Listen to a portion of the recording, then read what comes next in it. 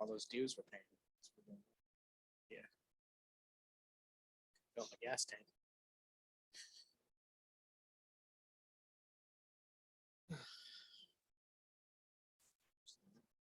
Yeah.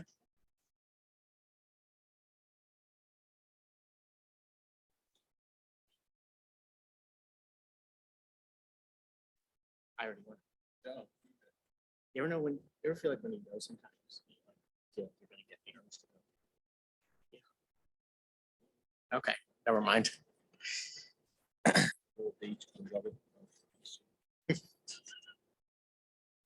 Thanks.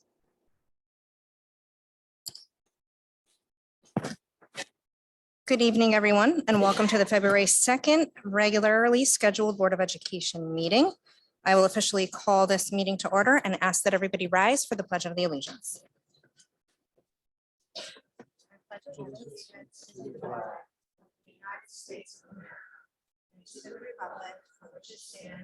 One nation, under God, indivisible, with liberty and justice for all.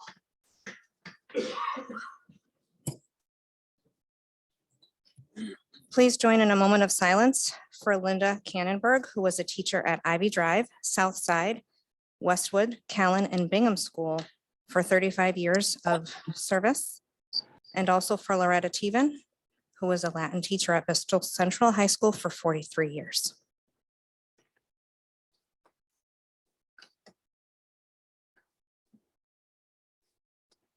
Thank you. I will now read our meeting norms. All participants will actively participate, engage in the work of the meeting, and have equal voice and airtime. We will assume positive intentions by respecting and honoring the diversity of opinions, beliefs, and perspectives. Cultivate trust by being honest and focusing on ideas, practices, and the work, not people. Norms will be upheld during all meetings and in all interactions outside of formal meetings. For staff and student recognition, I will hand it over to Dr. Carbone. Good evening.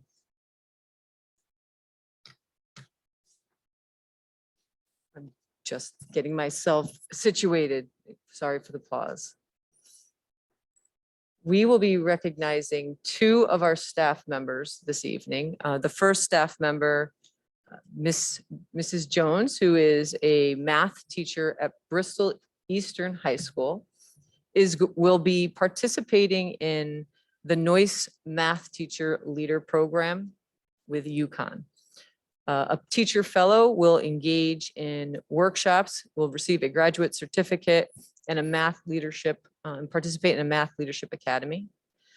This opportunity is one of only 20 in the state.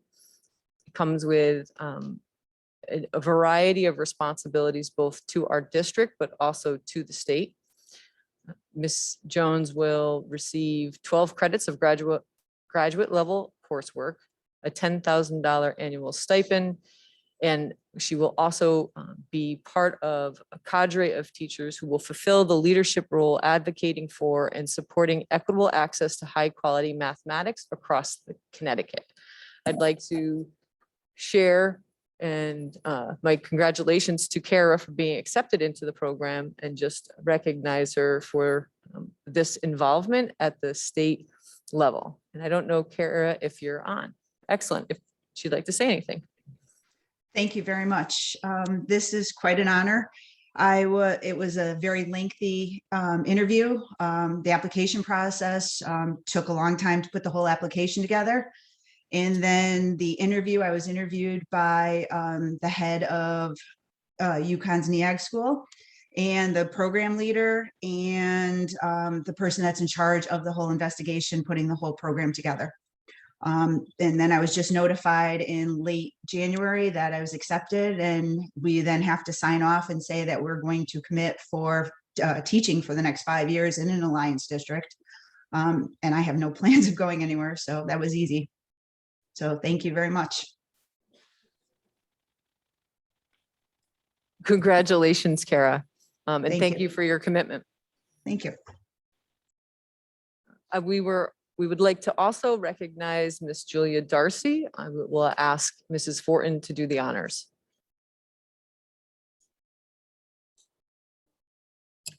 Good evening. You might recognize Mrs. Darcy's name from an earlier recognition this year. She was one of our teachers who was recognized for their nationwide publication of the importance of teachers in the lives of children throughout the pandemic. Mrs. Darcy is a 5th grade teacher at Green Hills School.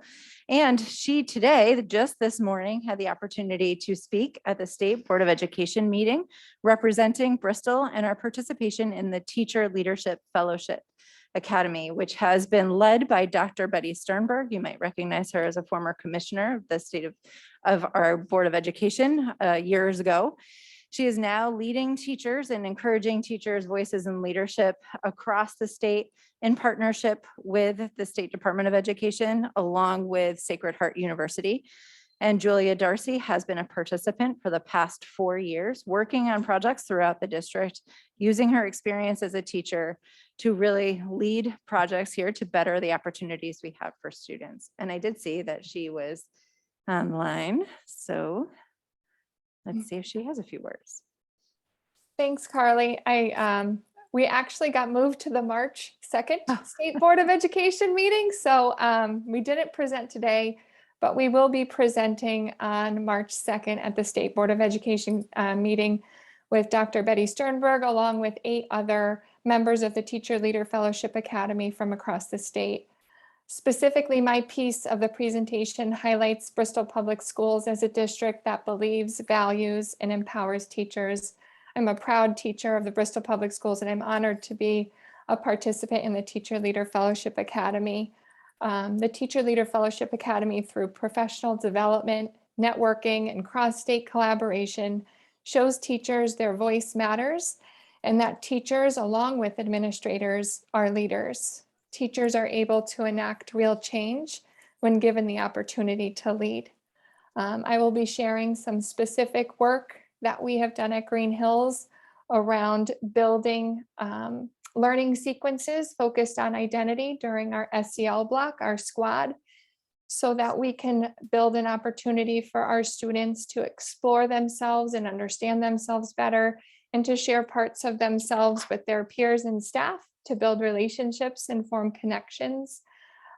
We have focused on hopes and dreams, traditions and holidays. Where are you from?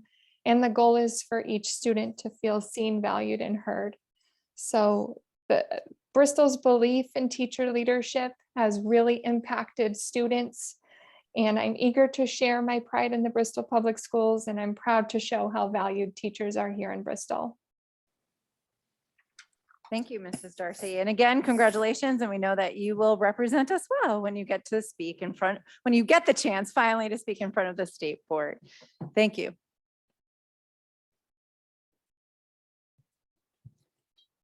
Next on our agenda are the approval of minutes. We have many to approve this evening, so bear with me. You have all received a copy of the minutes in your packet for all of the meetings that I am about to call upon. The first one is our January 5th, 2022 regular meeting. May I have a motion to approve this meeting and the minutes as written? So moved. Second. Motion has been made and seconded. Is there any discussion? Hearing none, all in favor, please say aye. Aye. Opposed? Abstentions? Thank you. Next was the January 12th special meeting. May I have a motion to approve? So moved. Second. Motion has been made and seconded. Is there any discussion? Hearing none, all in favor, please say aye. Aye. Opposed? Abstentions? Thank you. Next is for the January 18th budget workshop. So moved. Second. Motion has been made and seconded. Is there any discussion? Hearing none, all in favor, please say aye. Aye. Aye. Opposed? Abstentions?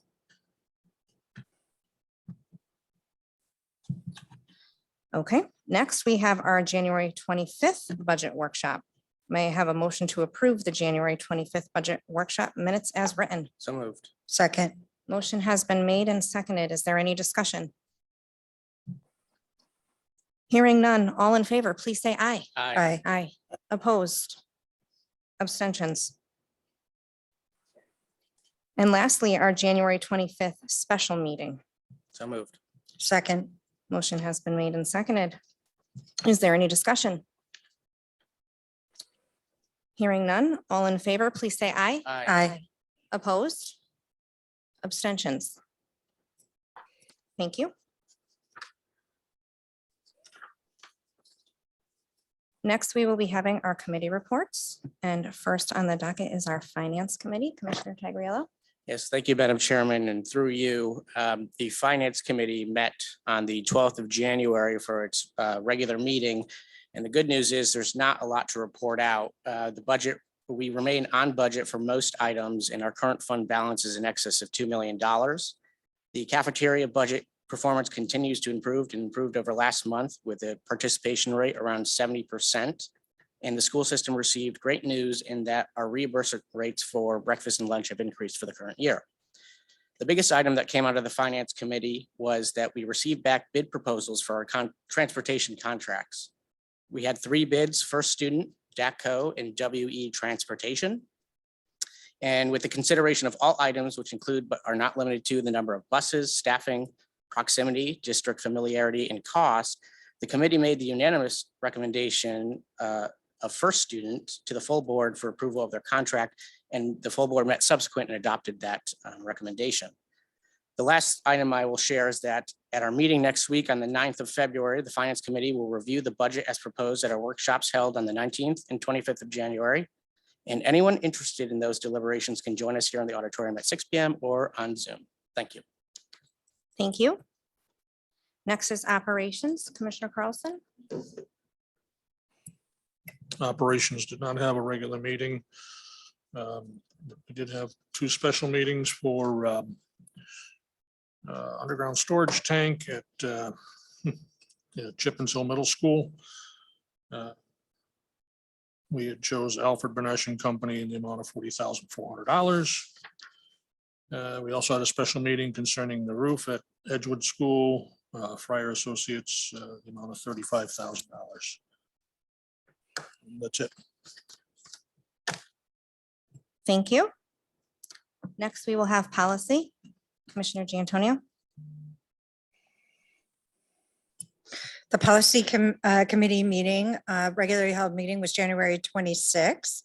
And in that meeting, we discussed a new policy that you'll see before you this evening in the deliberated items, and that is policy 6163.33, live animals in the classroom. Following that, we had a discussion regarding policy 3520.13, which is database information and management systems.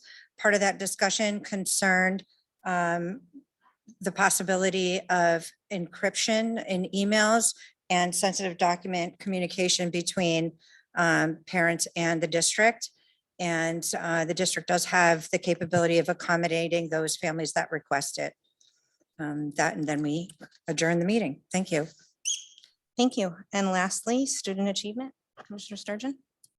Yes, we had a regular student achievement meeting on January 19th. The only things reviewed in that meeting were the BAMES curriculum, which were all passed to be forwarded to the full board for a vote. Nothing else to report. Thank you. We will now move on to our student representative reports. And first, representing Bristol Central will be Senior Sydney Rodriguez. Good evening, board members. Tonight, I'll be presenting to you the happenings of Bristol Central High School since our previous meeting. As the weather has gotten colder, the winter season seems to be catching up with us as Bristol Central had its first snow days of the year. Students did not log into a Zoom meeting with their teachers and instead took the day to themselves to rest, or in my case, shoveled the walkway to my house myself because our snowblower broke. But it was a fun day nevertheless and made for some well-needed mornings to sleep in. As for sports, our boys basketball team was invited to play in the Spalding Hoop Hall of Fame Classic to play the #1 team in Massachusetts, Springfield Central. The boys brought home a hard-fought 53-44 victory and remained the #1 team in Connecticut. The girls basketball team is currently riding a 6-game win streak and finally beat Bristol Eastern for the first time since 2004 with a 55-42 victory last Tuesday. Our central stage crew continues to prepare for their production of The Lion King in the spring. Most recently, they worked with Ann Cupperly, who is who is our artist in residence through our 21st Century Grant. She's a puppet maker from Hartford and an expert in large puppetry, and helped our students create the wild beast and the headpiece props for the show using Broadway models and recycled materials. I know that myself and others are really looking forward to going to the show. I've been going to the shows that Central Stage puts on since my freshman year, and it's always fun and exciting to watch my peers perform. Midterms are complete and semester 2 is underway. As student course selection and scheduling have begun for the 2022 to 2023 school year, teachers are making their recommendations and students are choosing their electives. With finding ourselves just 4 months away from graduation cap and gown orders are already being taken. The time really does fly. Finally, we kicked off Black History Month yesterday by introducing our students to Bristol's own Johnny Floyd, a former track and cross-country coach at Bristol Eastern who influenced so many athletes and coaches in his time. The cross-country course at Page Park was dedicated in his memory this past fall. Thank you.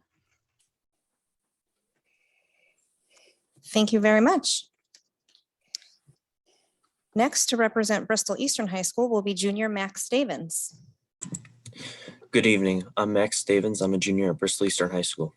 I'd like to begin by congratulating Mr. Gervais on his first month of our Bristol Eastern being a part of our Bristol Eastern community. It's been a pleasure to have him as a part of our community around the halls and at extracurricular events. Hopefully, in the next few months, he'll become a more integral part of our community.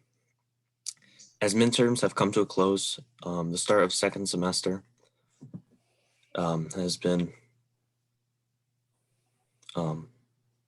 very hopeful.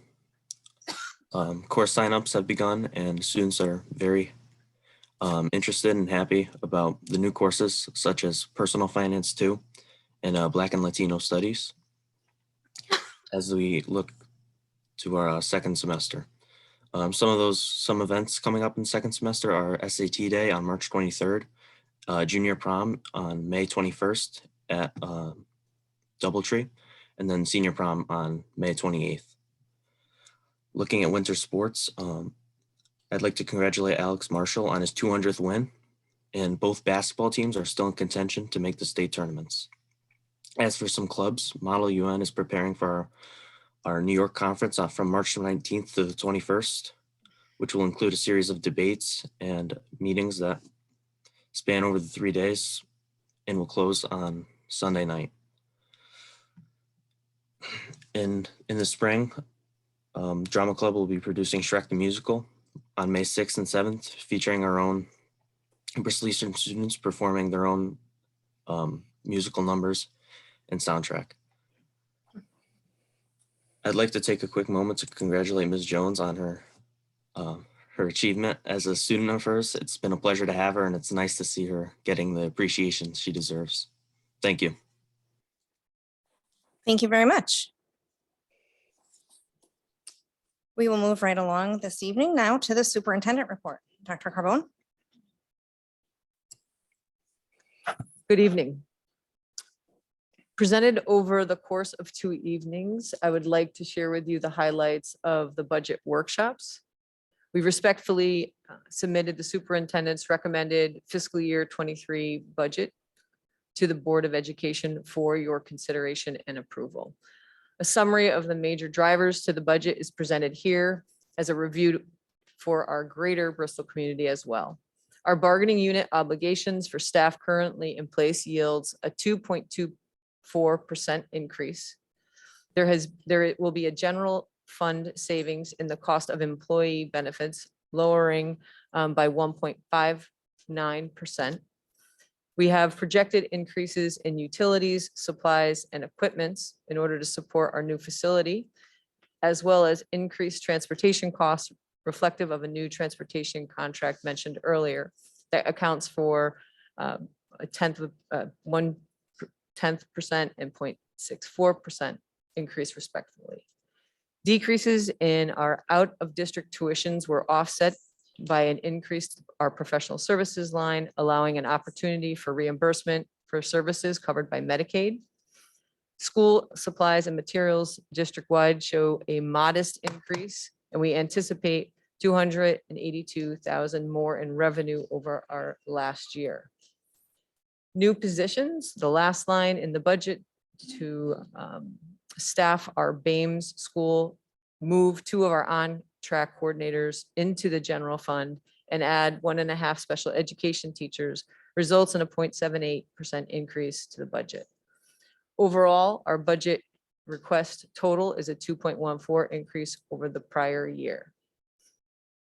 Drilling down a little bit more deeply into, as I've just reviewed the materials, resources, and personnel impact on the general fund across the fiscal year 23 budget, it includes staff 1.5 special ed teachers, 2 on-track coordinators, additional instructors at BAMES, and the increase in the year is in the increase in our first year of a 4-year bus contract. The total of these additions and innovations is $1,908,631 within the general fund. We also took the second night to discuss in detail the use of our Alliance Grant, Title I, IDEA, ESSER II, and ESSER ARP funds. With regards to these grants, innovations funded by our Alliance Grant and the proposed increase in the grant allocation include the addition of a social worker at Bristol Arts and Innovation Magnet School, 2 behavior interventionists at the high school, 5 campus climate and safety supervisors, and a dean of special services. Utilizing our ESSER ARP funding, we will be supporting staffing levels at Edgewood. Staff allocated to the grant also include a school psych, a social worker, an instructional coach, an instructional support teacher, SLP services, special education, and paras. Additional HVAC projects at Chippens and Hubble, site work at various schools, and maintenance equipment account for additional increase or use of our ESSER ARP monies. In total, the budget offset and grant projections total $12,330,919. The cost to our general fund would be significantly higher if we did not strategically and thoughtfully plan for the closing of Edgewood as an elementary school, shifted the number of staff within the middle grades to best utilize staff across our middle grades program, and maximize our grant resources to best meet the needs of our scholars in the district. Our budget demonstrates alignment to our district priorities, a responsiveness to the request of our administrators, and shows a commitment to improving academic programming, our climate initiatives, and demonstrates the purposefulness and use of federal relief funds to meet our current and future district needs. The total recommended general fund budget for fiscal year 2023 is a 2.14 increase from the current budget of $121,650,000. The next step in this process is for the Board of Finance Committee to the Board of Ed Finance Committee to review the fiscal year 23 superintendent's recommended budget and to approve and move it to the full board. The Board of Education is asked to present their fiscal year 23 budget to the Board of Finance in March.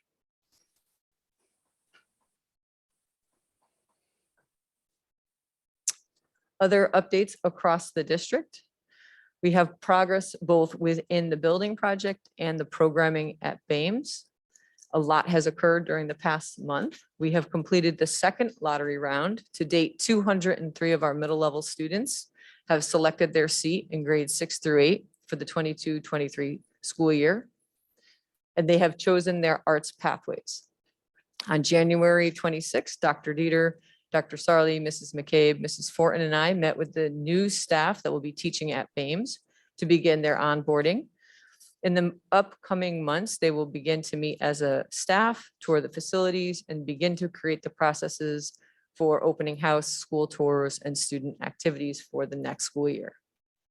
And lastly, to round out our activities regarding BAMES, we held a high school parent information session on the 27th, and it was well attended for our high school students to begin choosing their arts pathways at BAMES or in their traditional high school. And then lastly, on our district website, revised in January, the Elevate and Innovate Continuation Plan included resources for families and students, the CIAC Winter Sports Guidance Update, as well as updating guidance regarding quarantine, isolation, testing, and contact tracing that occurred on January 11th. And some information for our families. Kindergarten registration began yesterday for any child born January 1st, 2017 or after, to welcome our new kindergartners for next year. Today, I was absolutely thrilled to talk with Mrs. Gonzalez's grade 2 class. They are studying the community, doing a research project on community figures. And today was talking about the superintendent, and just, I have to say it because you don't get this a lot. One of the young scholars said I looked younger in person. So I want that on record. And then he also said I was older than his grandmother. So it was a compliment. I'm taking it. And then lastly, today is 2/2. And Jill, if you can just click the next picture. Because it's 2/2, it was 2/2 day. And so our principals were celebrating 2/2 day. We have a 2/2, and Mr.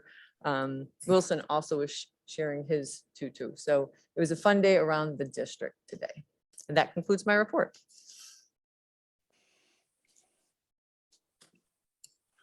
Thank you, Dr. Carbone. Next on our agenda is the consent agenda. May I please have a motion to approve the consent agenda, which will include items 8A1 through 8B6? So moved. Second. Motion has been made and seconded. Is there any discussion? Hearing none, all in favor, please say aye. Aye. Aye. Opposed? Abstentions? Thank you. Motion carries. If I could just introduce two of our new administrators to our community. First, I would like to introduce Mr. Ken Bagley, who you have just approved, Director of Fine Arts. Mr. Bagley?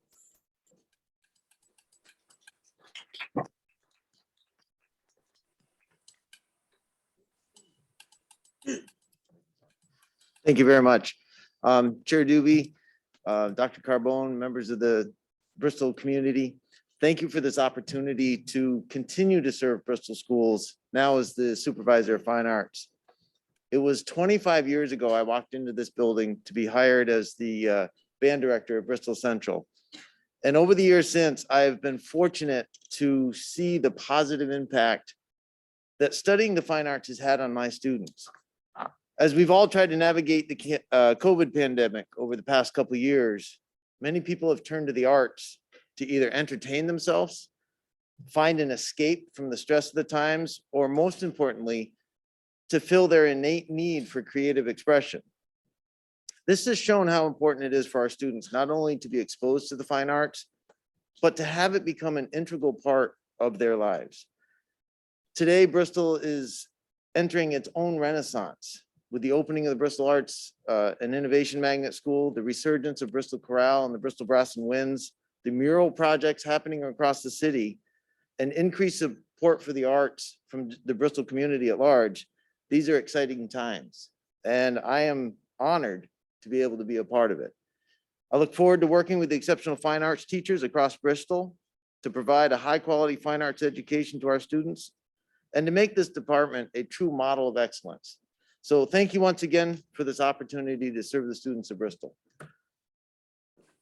Congratulations. Thank you. Congratulations. Congratulations, Mr. Bagley. I also would like to introduce a new member of our Bristol community to this evening, the Dean at Chippens Hill Middle School, Mr. Stephen Torini.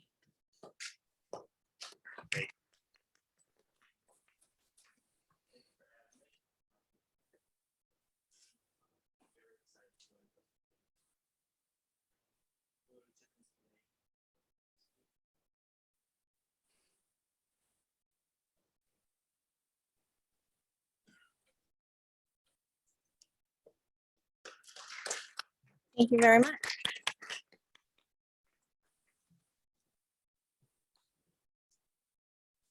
Okay, next we will move on to public comment. Ms. Everett, did you receive any signups for public comment this evening? Yes. Oh, I'm sorry, hold on. Got a little ahead of myself. I get really excited.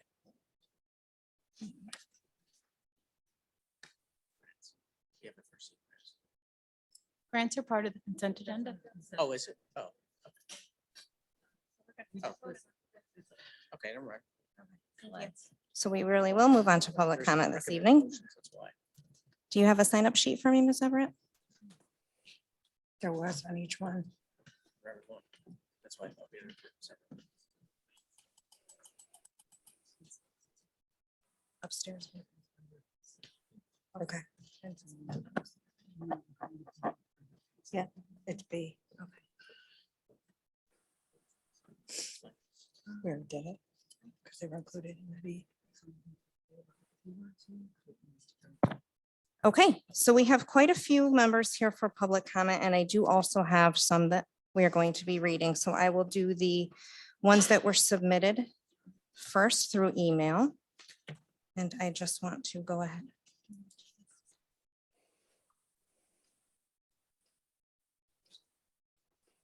So I'm going to go ahead and just read our rules and requests for public comment, seeing as how we have them from multiple venues.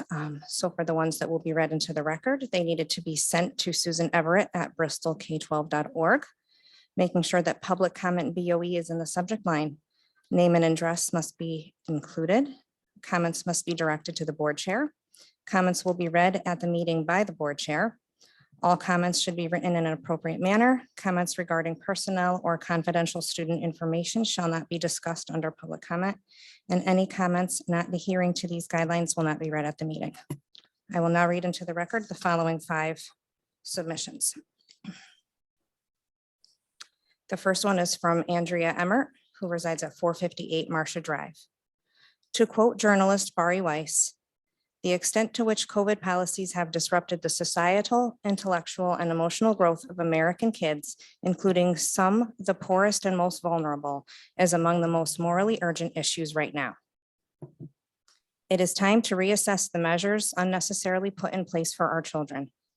It is time to look at the data that we did not have 2 years ago and change the policies in our schools based on this data.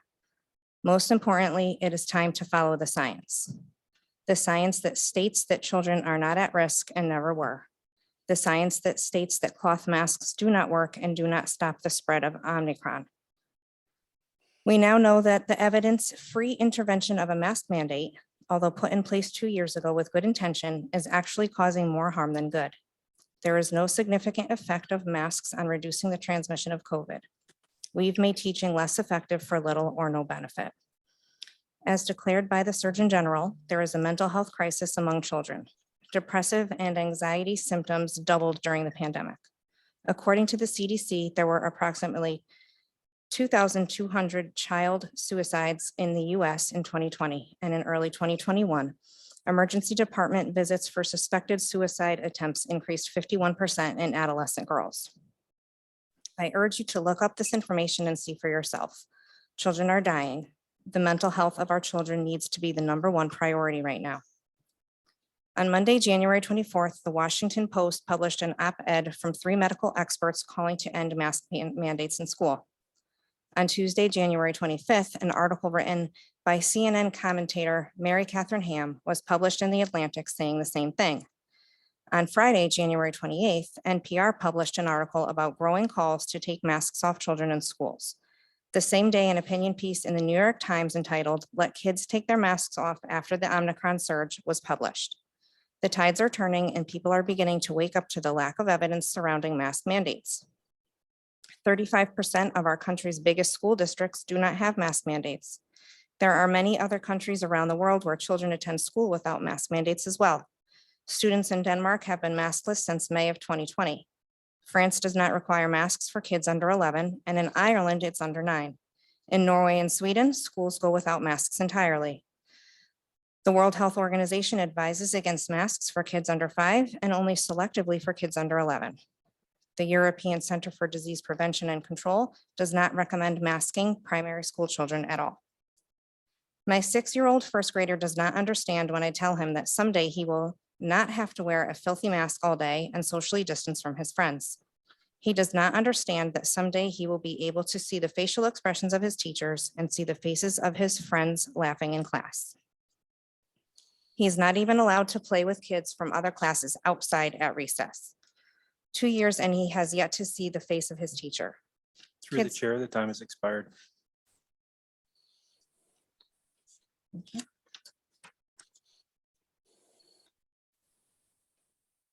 Next, I will read from Teresa Cirillo Vernaglia, who resides at 79 Beechwood Lane. My name is Teresa Cirillo Vernaglia, and I reside at 79 Beechwood Lane. I have been watching the monthly Board of Ed meetings remotely as I am unable to attend in person due to work. I am a licensed marriage and family therapist.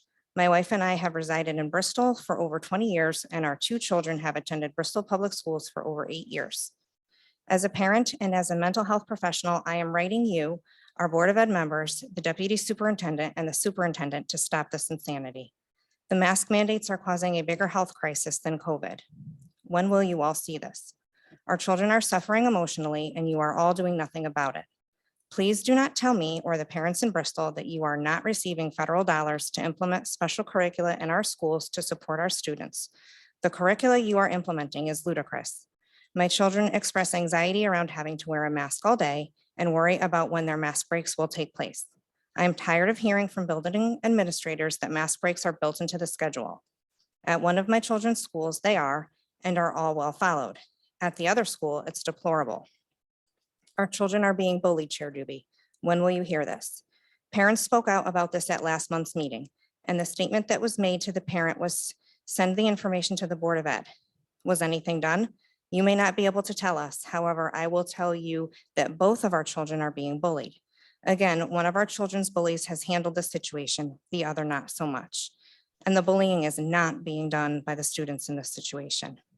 And to be honest, my wife and I have sent emails not only to the building administration, but to the Board of Ed representatives, and responses have been, we will look into this. My wife and I are tired, Chair Doobie. Our children are tired, and their peers and their parents are tired. When will you, your Board of Ed counterparts, the deputy superintendent and the superintendent, stand up and do what is right for our children?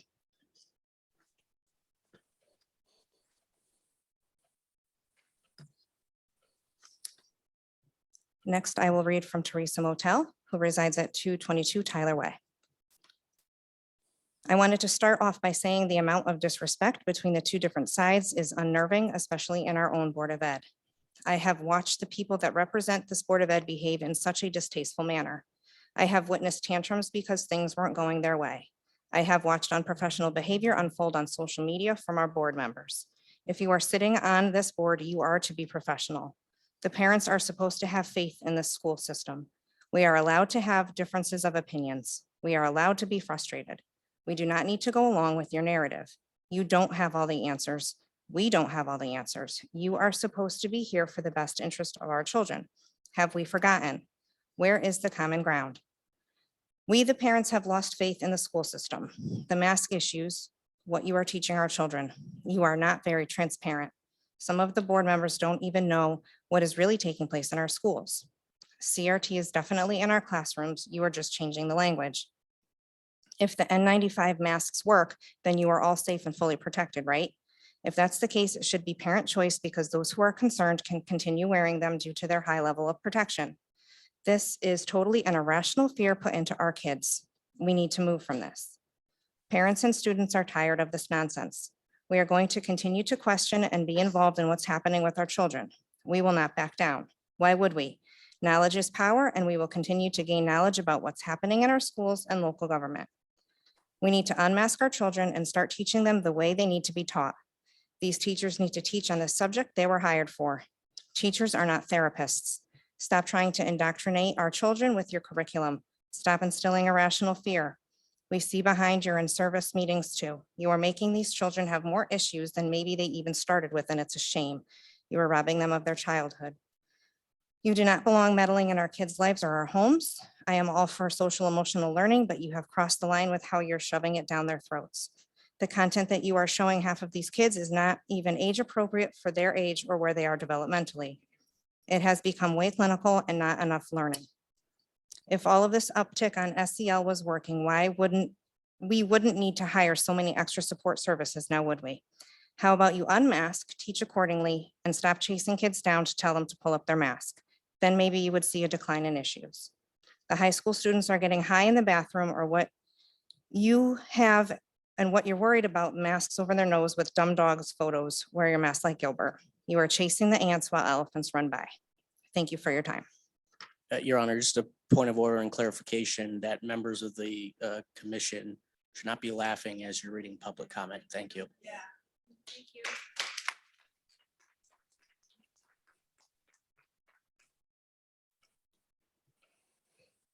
Moving on, this is from Jason DeConti, who resides at 111 Old Turnpike Road. To the Bristol Board of Ed. I'd like to take a minute to express concern with my children being forced to wear masks at school, particularly during gym. As someone who prides himself on endurance sports, I know full well the importance of having fresh air during exercise. We exhale to get rid of waste byproducts and do so at a much higher rate during exertion. Pumping all that CO2 and bacteria into a mask and then being forced to inhale air through the same passageway is detrimental to health and should be common sense. At this point, your rules are doing my 3 children more harm than good. This adventure initially started out with Dr. Fauci stating that there was no need to wear masks, then a mask would help, to maybe we need to wear multiple masks, to cloth masks offer little to no protection, to N95 is the only mask that works. The goalposts have moved enough. People wear masks and still get COVID. People get vaccinated and still get COVID. It's time to move on with life and just accept that people will get sick from time to time. I want my kids to have a normal life. I expect them to get sick. I expect all of us to at this point. Please return the schools to the way they used to operate, or at the very least, allow our kids the ability to have physical education without masks.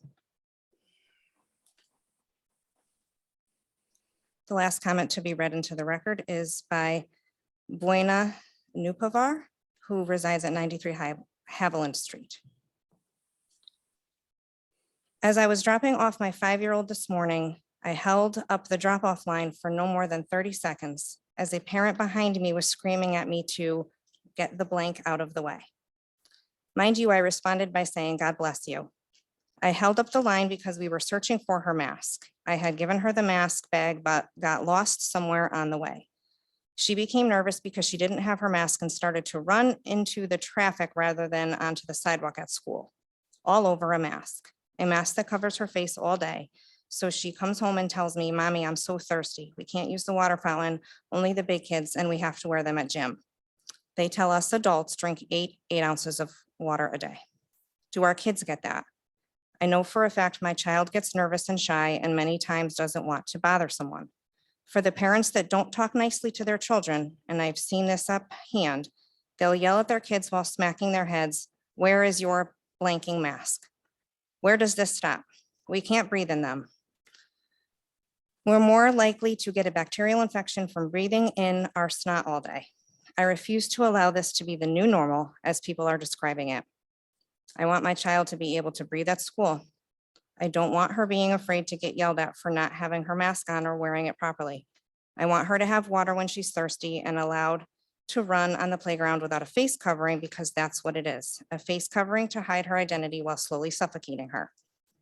I work as a full-time primary care nurse and we are all tired of the masks. The only thing it is doing is giving me a hard time breathing, scars on my face from acne breakouts, and allergies to most of them, so I get facial rashes on a daily basis. My patients come into the office with their small children in masks covered in dirt because they can't afford to change them, masks hanging off their face. What good is this solving by covering our faces? This should not be any part of normal in life. We do not want our kids afraid, depressed, and suppressed. If this continues, this is what their future looks like.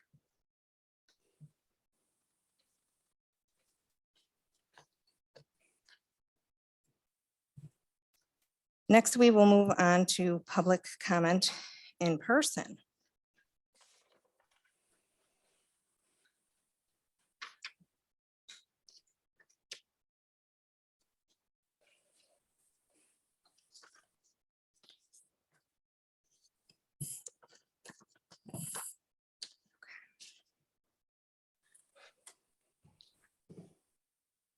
During the meeting, everyone is requested to address the chair for recognition. Each speaker will state their name and address. All speakers must observe rules of common etiquette. Personalities are not to be injected.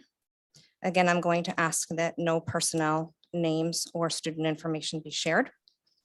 Each speaker shall limit his or her remarks to 3 minutes. Due to the numerous people who are willing to speak, I will ask Dr. Dieter to keep time this evening for me. Written statements and materials may be made available in advance of comments for distribution for board members when necessary. Board members will not respond directly to the comments during the board meeting. The superintendent will direct the question to the appropriate staff member for follow-up. I do also have to state that the room is at capacity and we have multiple people waiting in the lobby as well. So I would like to ask at this time, after you make your public comments, if you wouldn't mind stepping out so that we can allow other people in, I would greatly appreciate that. Dr. Dieter? There was a link provided with the agenda. So if you have a cell phone, you could access it via your phone. Yeah, down in the lobby if you would like to. Yes, thank you. Thank you.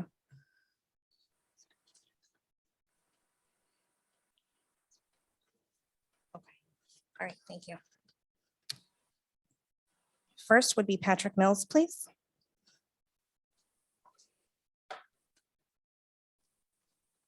Greetings. I recognize the chair. Hopefully I'm not too loud. My name is Patrick Mills. I live at 294 Lake Avenue in Bristol. I was born in Bristol in 1961. I'm a product of the Bristol school systems, except for I'm old enough that all the schools I went to are now closed and basically group homes. But that being said, I appreciate all the hard work that the teachers have given to 10 of my children that have gone to the Bristol schools, 5 who have gone on to go to college, 3 are in healthcare. Some are nurses right at Bristol Hospital, even as I speak. I have 3 more children that are going to Green Hills School now. So that's a total of 10 children, all right? I have hopes for them to do just as well as the others. I appreciate all the hard work that you've done. That being said, I would really appreciate it if you would remove the mask mandate for my children. None of my children appreciate it. They come home rather peaked when they come home during the summertime. They never wear the mask. As soon as they went back to school the first day, I had to wake up one of my children on the bus. I had to carry him off the bus. The other 2 were drug out for the heat and for the mask being on. Enough's enough. I would really appreciate whatever you could do. Talk to the state, whatever you can do. I'm doing my part, bringing my children here to let them know that if you want change, you've got to try for change. You've got to talk about it, not be violent, not be rude, not be unpleasant. Just ask and hopefully something will happen, because all it takes for evil to prevail is good men to do nothing. So thank you for your time. Thank you. Next, Michael Witham.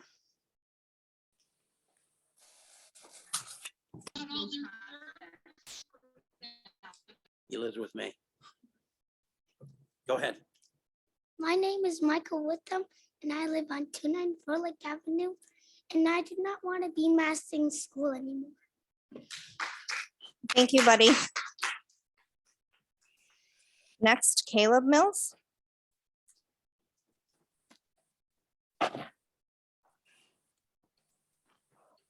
Okay, what do you want to say?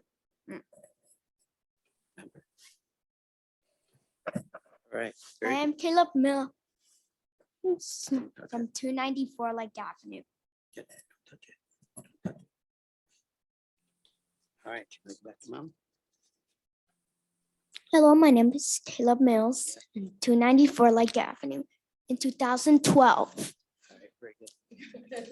Thank you, Caleb. Next, Emily Bailey. I did bring Chair Doobie just some things for you guys. They're just one piece of paper. I don't know if I can hand them out. Sure, Jill can do that for you. Thank you.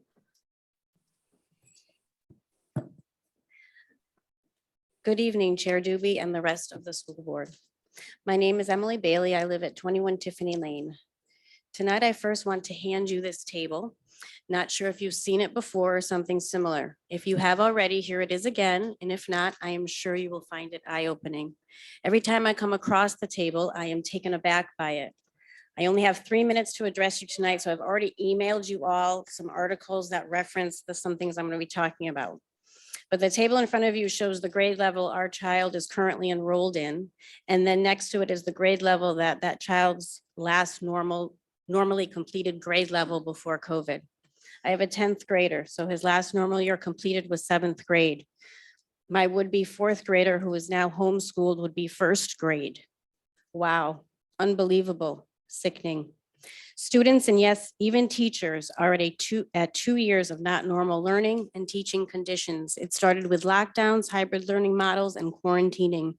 Now we have moved to in-person learning, no close contacts counted during the school day and 5-day quarantines. Some would say this shows progress. I totally disagree. Students and teachers are still walking around masked, and in some cases mainly with our teachers double and triple masked for 6.5 to 8 hours a day. The CDC finally conceded in January that cloth and paper masks do not work. Children have endured 2 years of fear, anxiety, and uncertainty put onto them. I want to talk to you tonight about a basic human bodily function that our students, teachers, and school staff do not see while at school: smiling. Babies are seen smiling in their mother's womb. When we take our children to the pediatrician for their first physicals, the doctor wants to know if they are smiling. A human being smile is an amazing, wonderful, and powerful gift, a gift to us all individually, but also a gift we freely give to one another. Here are just a few ways a smile is amazing. First, smiling relieves stress and elevates mood. Mood-enhancing chemicals are naturally released in our brains when we share a smile, as well as when we receive one. 2, smiling is contagious. I smile and then you smile. 3, smiling makes you attractive. A smile can draw 2 people together, new friends gained, maybe even a boyfriend or girlfriend. Smiling affects the people around you. I bet we all can say we have received an unexpected smile from someone and had it change our mood or our day completely. On January 31st, this past Monday, parents at Bristol Central received a Parent Square message about Wheeler Clinic mental health services being offered to students right at school. The lengthy message goes into all the services that are offered. However, there is currently a wait list. All this federal ESSER money going towards mental health, and right out of the gate, people are put onto a wait list. Not to mention the strings attached to this money. It's shameful. I say our children and teachers desperately need to see each other smile. Through the chair, the Students time need to has see. expired. I just have 2 sentences. Students need to see it from their peers and their teachers. Teachers need to see it from their students and colleagues. They all need that emotional, uplifting, natural feeling back that only a smile can provide. It is time for mass choice. Let's see all of our kids smile again, and let's start healing. Thank you. Thank you. Next is Paul Campbell, please.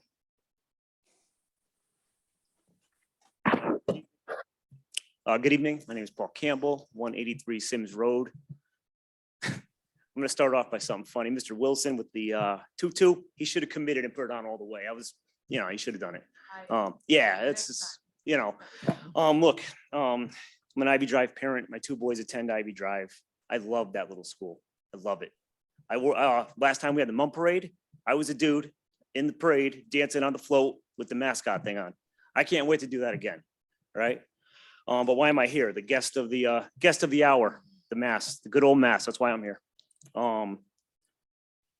We understand this is all coming from the governor. There's nothing we could do about it, but it's our point. It's our job as parents to do the best we can and speak up and use this platform. You're sick of hearing about it. We're sick of talking about it, but this is the platform we have. An incident with my 4th grader recently in his class around the holidays was the one for me where I said, I'm gonna be here from now on. I'll be here from now on. His teacher thought it was a good idea to have these kids during their snack time, lower the mask, take a bite of their food, and raise it back up, and continue this the whole entire time. He came home and told me this, and I was not happy. I spoke out to her. She said, yeah, she made an executive decision. That's just her deciding that was a good mitigation strategy. Since I said, spoke up about it, she goes, yeah, we won't do that anymore because you weren't happy. Okay. Then there's another one last week, a mom in the neighborhood, brand new mom in school in the neighborhood, calls me because she knows I'm involved in all this. She says, kindergarten, we're not doing snacks. I said, why not? She goes, the teacher just has a mitigation strategy. Just cancel snack. Sure. So, these are a couple things going on, that just parents are fed up. Parents are fed up, and we're sick of it. So, yeah, I have this. This is from my son, second grade. I've seen some of these on the internet, parents posting it right around Martin Luther King Day. I have a dream. And my second grader, I didn't put him up to this. I didn't, coax him in any way. To him throwing his mask, garbage. I have a dream to have no COVID-19. So again, we're just going to keep showing up using the platform we have because our kids, this is how I feel, that our kids are being psychologically abused. Am I wrong for that feeling? Does that make me a bad guy? I don't think so. That's how I feel. That's my truth. So you guys, I feel extremely disrespected by you too. Sitting there snickering. I see it right behind your face. You can't stand that parents want to come here and speak up, but that's our job. That's what we're going to do. And we're going to keep doing it. Please refrain from speaking to other commissioners. Oh, I'm sorry. I'm Thank sorry. you. That's okay. That's all I Please. got. Have a good night. Thank you.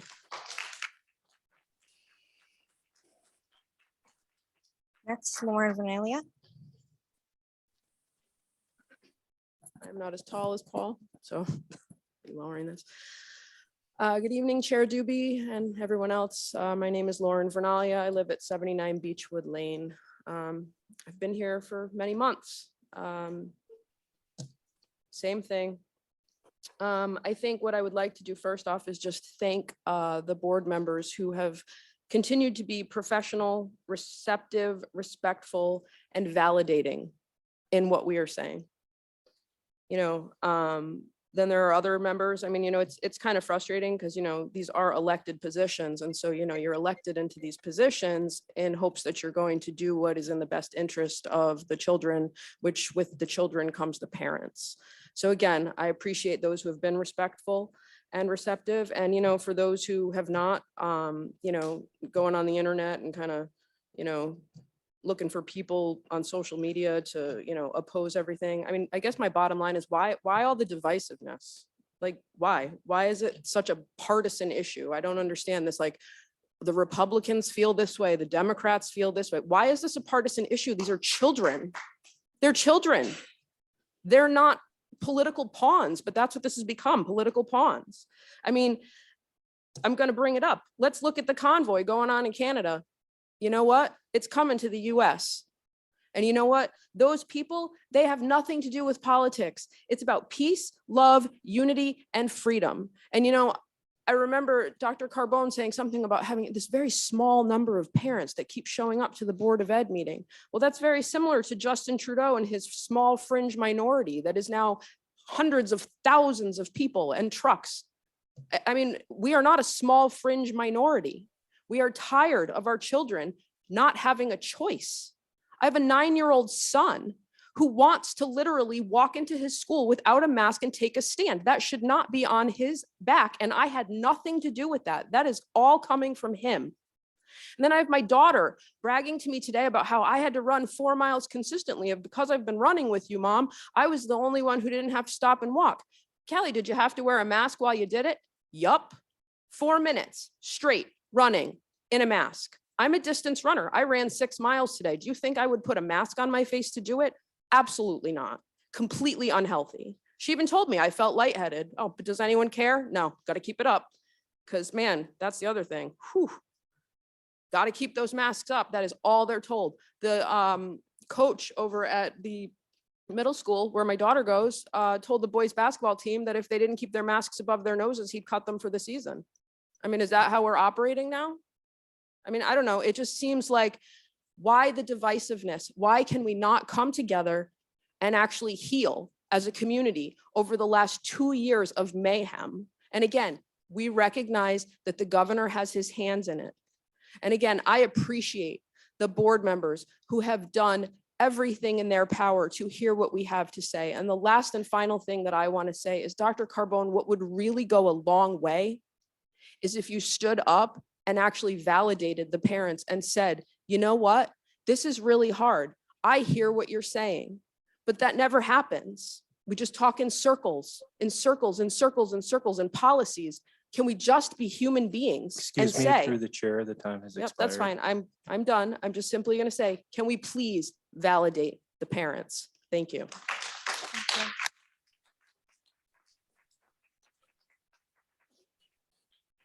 Next is Susan Zabahansky.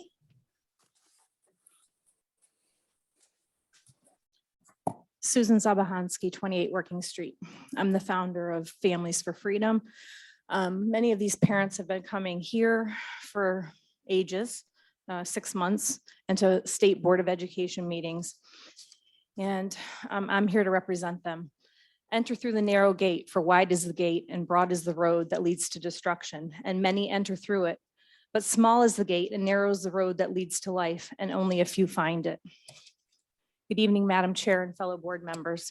The town of Bristol spoke loudly that they are looking for the majority party on this board to represent them and the principles on which that party stands.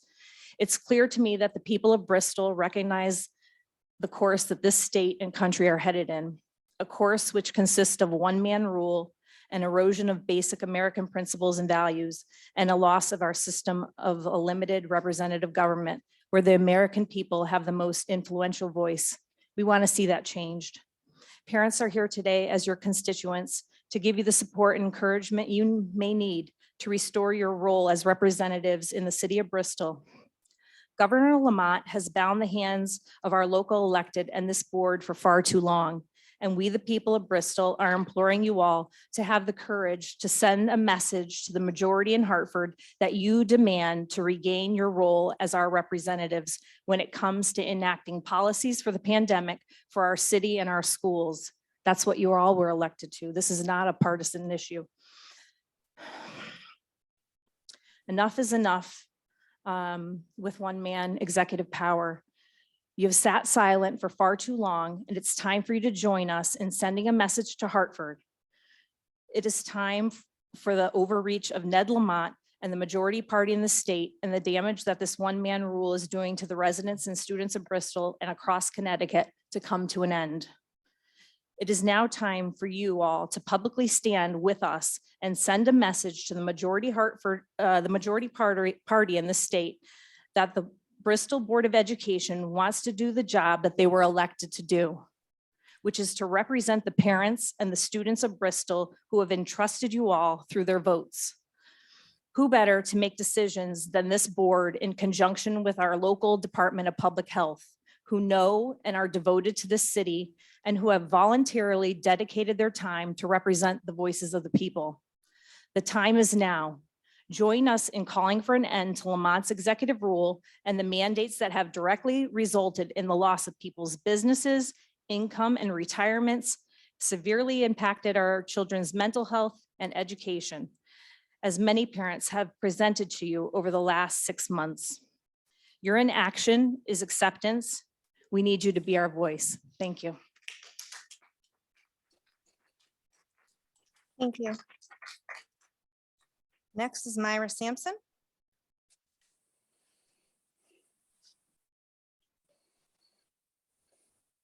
Good evening, Madam Chair. Myra Sampson, 371 Emmett Street, Unit 52. I am standing here to voice my opinion about the disappointment of you majority members of this board. First, last month, one of you stated, John, that you don't care about the kids. You only care about the staff when it comes to their clothing. So tell me, what are you here for? Excuse me, point of order. I can't have you calling out individual members, please. and using Okay, you can names. stay, we'll take it out. Thank you. When it comes to their clothing. So tell me, what are you here for? Thank God our teachers are there for our students because someone has to be. Second, you are more busy trying to satisfy a handful of parents who clearly love their kids, but spread misinformation and lies, which is so dangerous. I think it's worth mentioning this group, Unmask Our Kids Connecticut, was removed from Facebook and social media platform by the CDC for being considered dangerous and inciting violence. Why don't you, I'm speaking, okay? All right, so be quiet. I need the gallery. Point of order, I need no comments from the gallery. Thank you. Being considered dangerous and inciting violence. Why don't you go to the schools and speak to the principals and teachers who know what's really going on in our schools? I spoke to a principal who expressed that her biggest concern, a major problem for our Bristol schools, is homelessness. A cafeteria worker recently told me about a student who told her that those were the only 2 meals he gets a day. Upon calling the parents said it was true. They send their kids because they don't have any food. This board has more important problems to address, and they should check the pulse of the community. It seems too much time is being wasted on less than 1% of our population and what they think. What I do know from living through this pandemic is that this has destroyed families, killed people, and leaves people traumatized and broken. Tomorrow I'll be going to another funeral for a coworker of mine who lost her life to COVID. Her husband was so distraught, he took his own life the very next day. This is what happens with COVID. COVID kills, masks don't. Stop trying to change the world for your children. Give your children the skills to deal with the world. If wearing a mask is the worst thing that happens to us in a pandemic, then count your blessings. Thank you. Next, Annabelle Minor.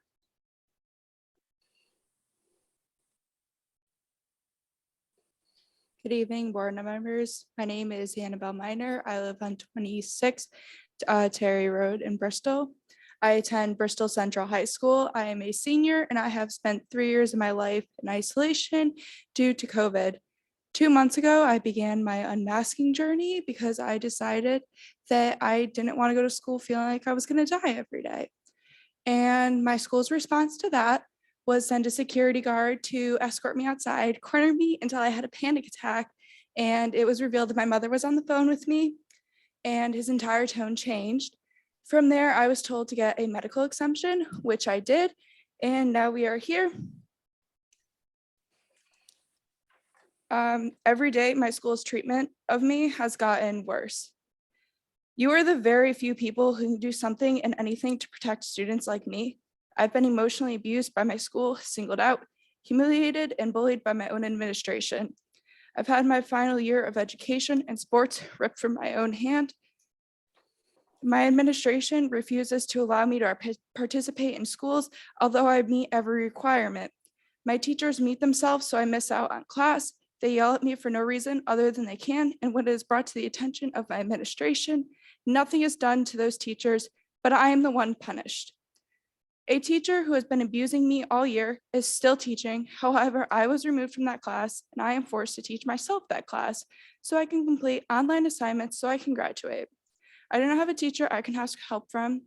I must learn it all on my own. In fact, all of my classes I had to teach myself. My teachers aren't teaching me anything. The internet treats me more like a person than my own school. Google is my teacher now. My school wanted me to take 2 months of absences. Originally, it was 1 till they could put me on a 504 plan. The meeting lasted a whole 13 minutes of my principal degrading me, my mother, demanding to know what my medical illness that I cannot wear a mask. However, the mandate put into place by Lamont says that any person who declines wearing a mask or face covering because of a medical condition, behavioral condition, or disability shall be exempt from this order. I'm not going to read the whole thing. I'm sure we're all very familiar with the medical exemption at this point, 2 years in the pandemic. My school is violating my rights, demanding to know what my medical illness is. They also demanded that the Burlington Bristol Health Department approve my letter before I remain in school maskless. They did, and I am also still not allowed in school maskless. They demanded I return to school masked just to see a school psychologist because they think that my mother is brainwashing me because I stood up. That's it. Thank you. Through the chair. This board takes claims of abuse by students very seriously. Could administration please follow up with the student? Next is Carrie Danino. Good evening. My name is Carrie Danino and I live at 20 Woodside Way. And I have 3 children in Bristol schools. I am here in support of Parents' Choice for masks. Most kids that I've seen go unmasked on play dates, vacation stores, movies, etc. So it does not make sense to keep them masked in school when they're with those kids outside of school. I'm sure many of you and your children or grandchildren also go unmasked when not in school. My kids say masks are annoying and can't breathe and often ask when they can stop wearing masks. Masks are also disgusting and unsanitary. My 5-year-old comes home with his mask soaking wet from biting it, and I have found dried food on it at the end of the day. Once he saw one of his friends without a mask, he said, "I didn't know that's what he looked like." How sad is that? What are we doing to these kids and their emotional and mental well-being? This needs to stop. School needs to get back to normal. Mask wearing should be up to the parents and not the government. Dr. Carbone, you recently stated in an email reply that for us to go back to normal, that you would like staff and kids to be vaccinated and for the rate to be lower. We know that the vaccine doesn't stop the virus from being caught or transmitted, so that doesn't make sense at all to get back to normal. I also find it interesting how at the last board meeting, there was a heated debate over kids wearing hoods and hats during school. Some of the members who were in favor stated that you should listen to the community members that reached out about the issue, that wearing them should be up to the kids and our parents, and we should respect their choice. It was also stated that children should wear what makes them comfortable to learn in school. How is this any different from listening to parents and children over mask wearing? You can't pick and choose parents' choice when it's for what you want. Thank you. Thank you. Through the chair. You just remind those in the public, if they finish speaking, there might be people in the lobby waiting to come in. Thank you. I was going to get to that after this sheet, but yes, if you have already spoken, if you would please be so kind as to make space. We have a total of 22 people who would like to speak tonight, so. Next is Cindy Lamar. Hi, I'm Cindy Lamar and I live at 301 Old Orchard Road. Good evening, Chair Doobie and the school board I'm going to ask you to members. just hold on 1 second, just so that you can be heard. I know that there's a lot of people trying to get into the elevator and that can be a little loud, so.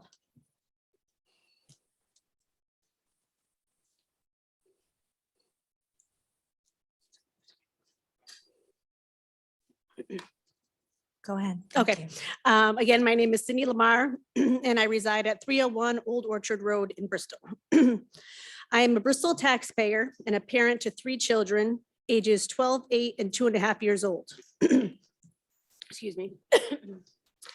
My older 2 go to school in Bristol. My 2.5-year-old has never been masked and I don't plan on masking him ever. I also have 3 nephews in the Bristol school system. I feel masks for children should be left up to the parents to decide and not our governor or superintendent. Like many other families, we choose to keep our children mask-free wherever they go. We do this for a number of reasons. First, the virus, if you follow the science, has little to no effect on children. This fact has been well documented by various experts on this pandemic issue. Second, we feel that our children need to return to normalcy. Part of that normalcy is to be allowed to attend school in a classroom setting with no masks. They need to see their teacher's face and to talk to their friends without a dirty, soiled mask on their face. Third, science also has proven that sitting in a classroom with a mask covering almost 100% of a child's face has a negative effect on the psyche and mental health of a child. This is not something we want for our children to encounter. Currently, our children see their friends in person, go to restaurants, shopping, vacation out of state, and go to activities all without masks. The only time my children wear a mask is to school. Wearing a mask is an obstruction to learning and is unhealthy for their minds and bodies. Parents should have the freedom of choice to decide whether or not to mask their children. In closing, wearing masks should be optional, which means freedom of choice and honoring each family's individual rights and liberties. Thank you for the time. Thank you. Next is, I'm sorry, Nikki Laporta.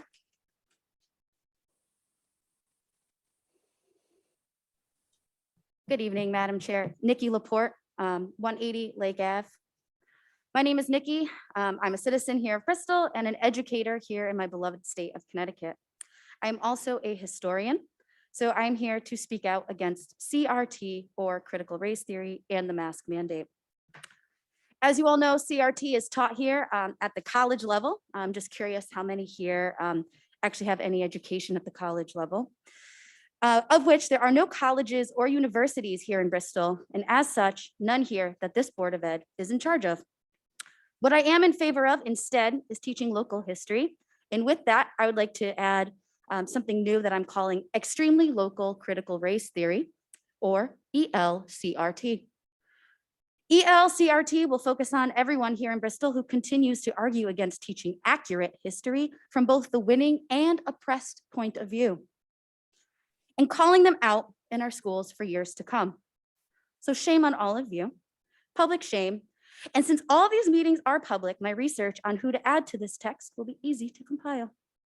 And to further pile on that shame, I would like to remind all of you, yes, much to most of your chagrin, that masks are required inside this building.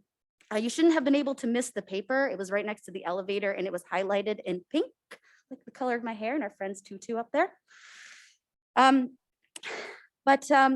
Just to reiterate, it's currently against the law for any of you to not be wearing a mask in this building. And I promise, if my youngest students in pre-K3 can handle it, so can you. Not only is it against the law to be in this building without a mask for public sanitary health, but public sanity, to perhaps cover some of the ugly so many of you so clearly have on the inside. In conclusion, I ask Bristol to please continue to teach history as it is, and please keep the mask mandates. I do want to end with a quick question though. If this is a school building, why are all these people, including but not limited to members here on this board, who are not wearing a mask, not being charged with a misdemeanor? Thank you.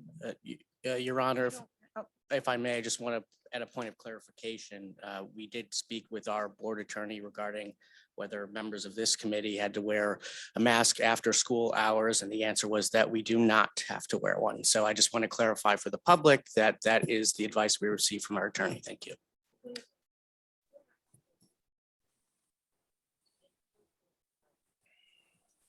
Okay, thank you.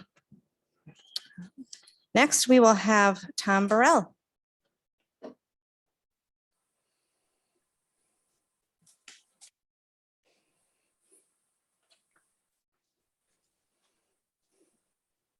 Good evening, Madam Chair, board members. Thank you for this opportunity to speak. I'm here to address the pervasiveness of critical race theory in public schools. If you were to ask any teacher or administrator if critical race theory is being taught, they would say we don't. There are no courses entitled critical race theory. However, the basic elements and objectives of critical race theory have become pervasive in all of our school systems. How did this happen? American colleges and universities have turned their social science classrooms into breeding grounds for anti-American, anti-free market propaganda. As a college student in the 1960s, I identified with the New Left movement. It only became evident to me what that agenda was producing after I matured as a historian and a Christian. The goal of critical race theory is to fundamentally transform America and create a socialist government and a socialist society. We have to recognize the subtlety of what is being taught our children. Its goal is to destroy the core principles of American democracy in the minds of the next generation of Americans. They have rewritten the history of the United States, creating a false narrative that America was created to promote white supremacy. Are there shameful parts of our history? Yes. But if any one of us were to stand in the docket of life and be judged only by our mistakes and our sins, we would be condemned. And that's exactly what critical race theorists want to do to America. Here's one simple example of critical race theory in action to replace the ideal of equality with the idea of equity. Equity in the terms that it's being used today means the confiscation and redistribution of wealth according to the dictates of what the government calls social justice. Equality, on the other hand, is a self-evident, unalienable right given to us by our Creator. our nation was instituted under the ideal of equality, the right of all citizens to pursue their choices by lawful means and earn property on an equal basis under the protection of the law. This is based on the Declaration of Independence, on our Constitution. It was developed under the 13th, 14th, and 15th Amendment, under the Civil Rights Act of 1875, under the Civil Rights Act of 1963 and 1964. What I'm asking the board is not just to ask if critical race theory is being taught as a course in our schools, but to discover the Marxist ideals and purposes of critical race theory in our classroom and textbooks, and do your best to reverse it. Lincoln said the political philosophy of the chair, the time classroom, has one more expired. sentence. The political philosophy of the classroom in one generation will be the political philosophy of the government in the next. Critical race theorists and socialists want to destroy the American ideal. To a Excuse me, large sir, I'm going to degree, need they you are to stop succeeding. now so that we can get through There is a to proverb in the Bible that says the wicked accuse and tear down, Mr. Burrell. but Your the time has godly expired. protect and defend. Thank you for doing your best to protect and defend our children.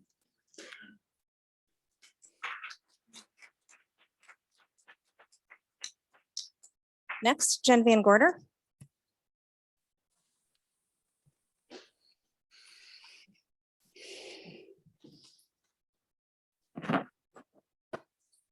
Hi, this is Jen Van Gorder, 272 Candlewood Drive.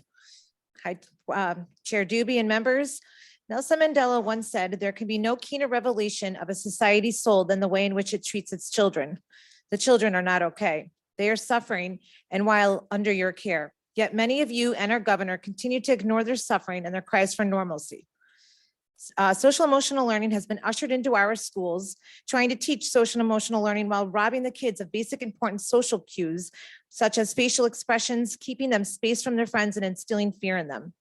Research has shown for decades that social engagement is crucial to a child's formative years. Yet for the last 2 years, all children have seen is masks all day long. No faces, no smiles, no social cues, only masks. Some kids have never even been to school without a mask on. Science is meant to be questioned and tested, yet those who are in power say those who question their science are guilty of wrongthink. We are told that the studies that show masks don't work are a figment of our imagination done by quack doctors. And seeing the countless reports of COVID vaccine injuries and deaths is also said to be hogwash and fake news. It is now reported that in the last 2 quarters of 2021, deaths were up to 40%. The only thing that has changed is vaccine mandates. What side of history do you want to be on when the truth that is so blaringly in your face prevails? Will you be okay with the silence for not speaking up for masking kids, or even worse, being instrumental in setting up vaccine clinics for children as young as 5? There are no long-term studies on these vaccines, and the data is showing not only does the vaccine not work, but it is harmful and should never have been offered to children. I want to end by saying I'm happy to hear our board has drafted a resolution to regain local control to send to our governor. I hope the resolution has full support of our entire board. This one-man show has gone on for 2 years and did nothing to curb the COVID spread of COVID. Sorry. It is estimated about 70% of American citizens have had COVID, whether knowingly or unknowingly. It is time Bristol regains its local control. You were elected to be the defender of children in Bristol. You did not delegate that role to the governor. So I'm proud that Bristol is one of the few towns so far to draft such resolution. I've spoken to other board chair members, chairs and members in other districts, and they are ready to follow the lead of Bristol. So thank you for your initiative on this and paving the way for others to follow too.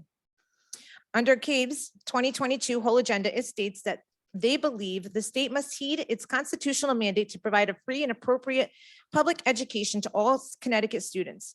Not allowing a barefaced child a public education would be unconstitutional and would violate that child's right. Also in their agenda, it states CABE believes that local governance of public education through locally elected or appointed community members strengthen the democratic process, provides accountability, and assures strong continuing public support of education. I agree with these statements. So again, it is time Bristol regain local control, and the board would also have my full support to separate from CABE and follow their beliefs for Excuse local me, the time has accountability. expired. Thank you. My final thought is, where are the field trips? The kids have not been on field trips in 3 years. Thank you. Thank you. Next is Kristen Bevins. Good evening, everyone. Hope everyone's having a fantastic evening. When is this going to end? Almost everything we have said that's ridiculous has now been proven to have been ridiculous. We no longer contact trace at the school because it's ridiculous. How many children miss school because they might have COVID? Our children missed so much because of might. Never have I personally seen a child as a close contact actually get it. We no longer quarantine 10 to 14 days. Why? Because it's ridiculous. We no longer believe cloth masks work because that's ridiculous. According to the CDC anyways. There have been 1,223 COVID cases in schools so far this year, but we say masks protect us. Here's another ridiculous idea. Masks don't work. What they do work at is increasing anxiety. It does work to lower self-esteem. It does work to push adults' fears onto children. Since when do we put adults' fears above our children's well-being? They are there to teach and to make them feel safe. And in this instance, they have failed. My child running in gym class while sucking in paper mask, feeling like she's suffocating. My child who gets mask breaks, which I'm grateful for, but misses half her lesson. We are more worried about all-inclusive trans kids, proper pronouns, furries, blacks, whites, political correctness, and our woke society, rather than the health and mental strain this puts on all of them. I will remind you all that you are elected officials here to serve our students. The majority of voters wanted you here. We ask you to stand with us. If this is a position to hold just because you can say you're on the board, please step down. We are here to fight for our beliefs and our children. Why aren't you? Local control is where we need to be. Take the power so you can follow what your constituents want. I'm glad to see it is on the agenda and I hope it has the support. Thank you. Thank you. Next is Brianna Torado.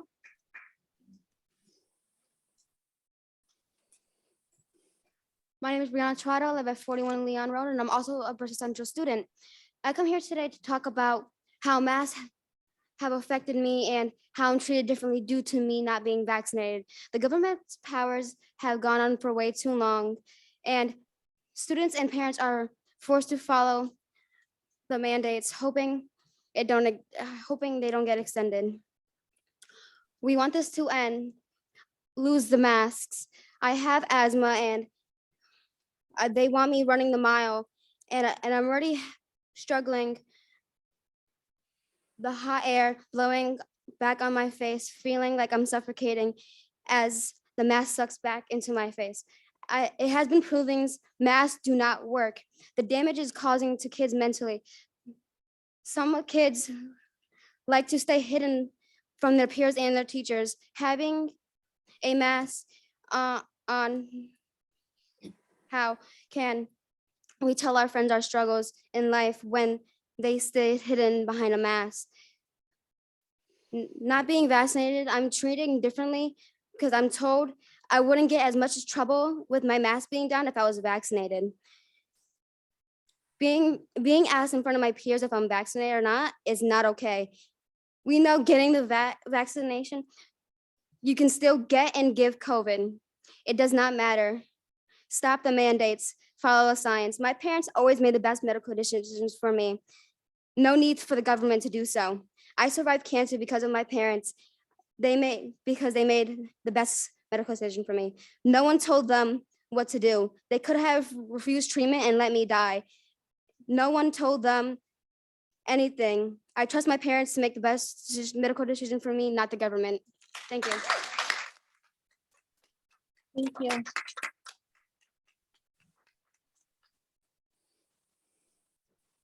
Brenna New Paver. I'm sorry if I'm dismantling your name.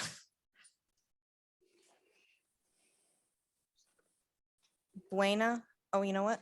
I read her into the record. Buena, are you here as well? Because you've already been read into the record. Okay, thanks. Kristen Bergeron.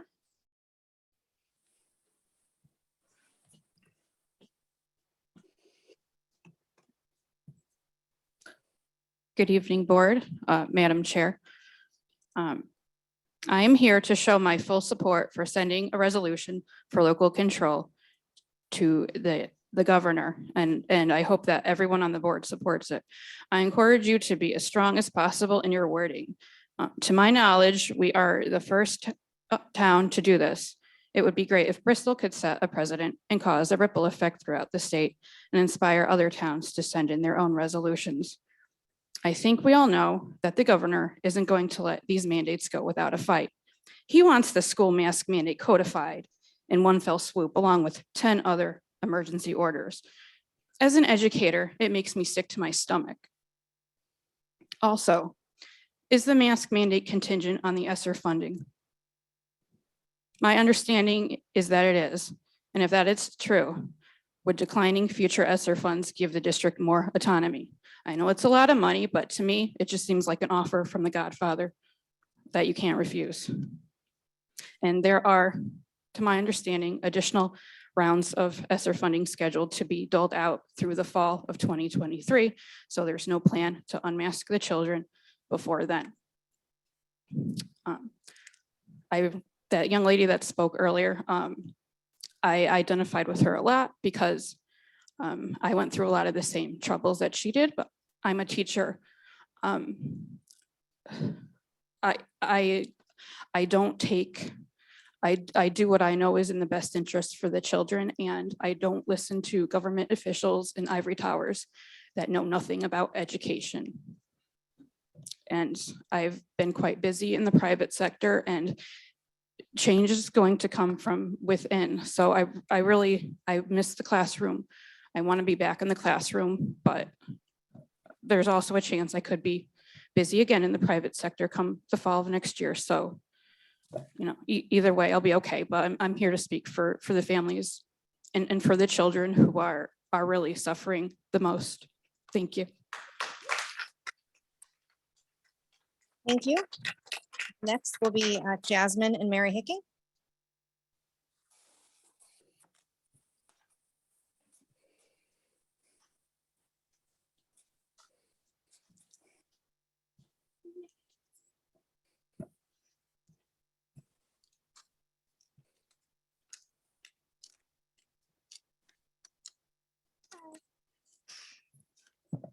I'm Jasmine, and I live on 25 Clay Street, and I like to talk about bus issues and how it scares me a lot with my anxiety.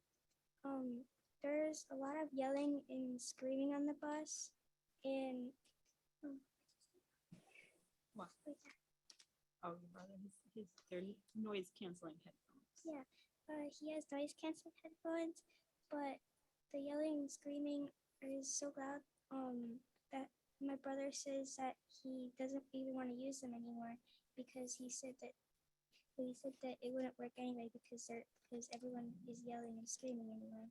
And I'm concerned how the bus driver is driving when everyone is so loud.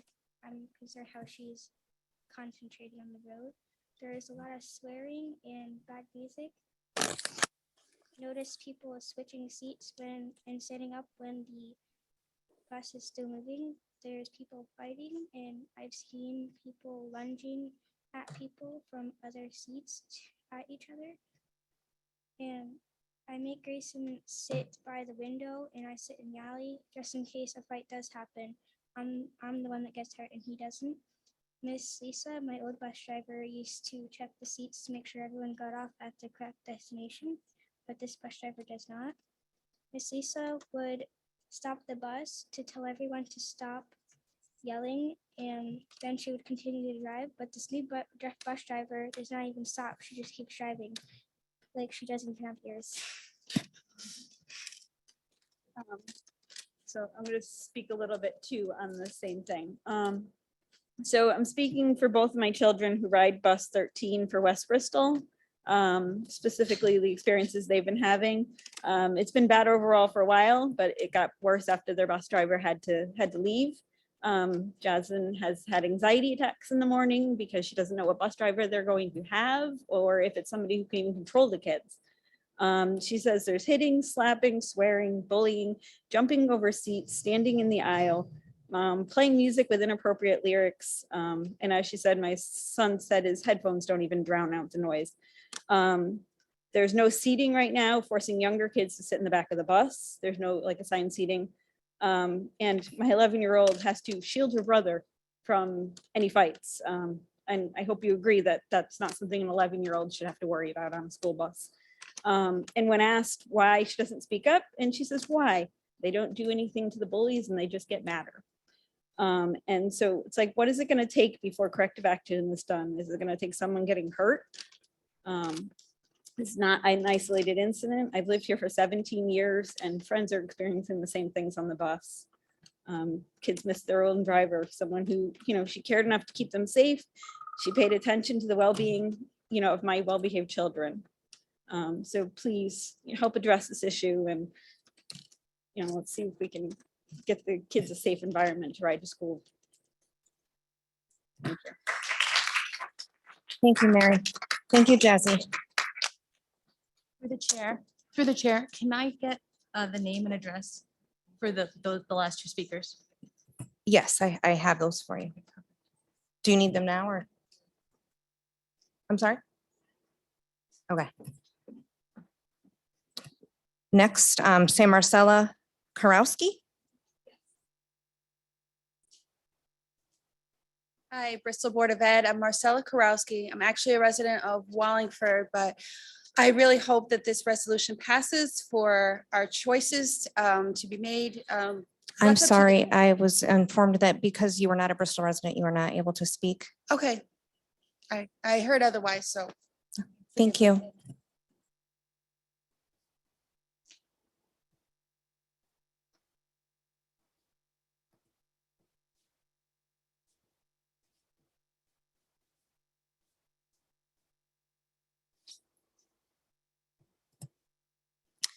Emily Mashad.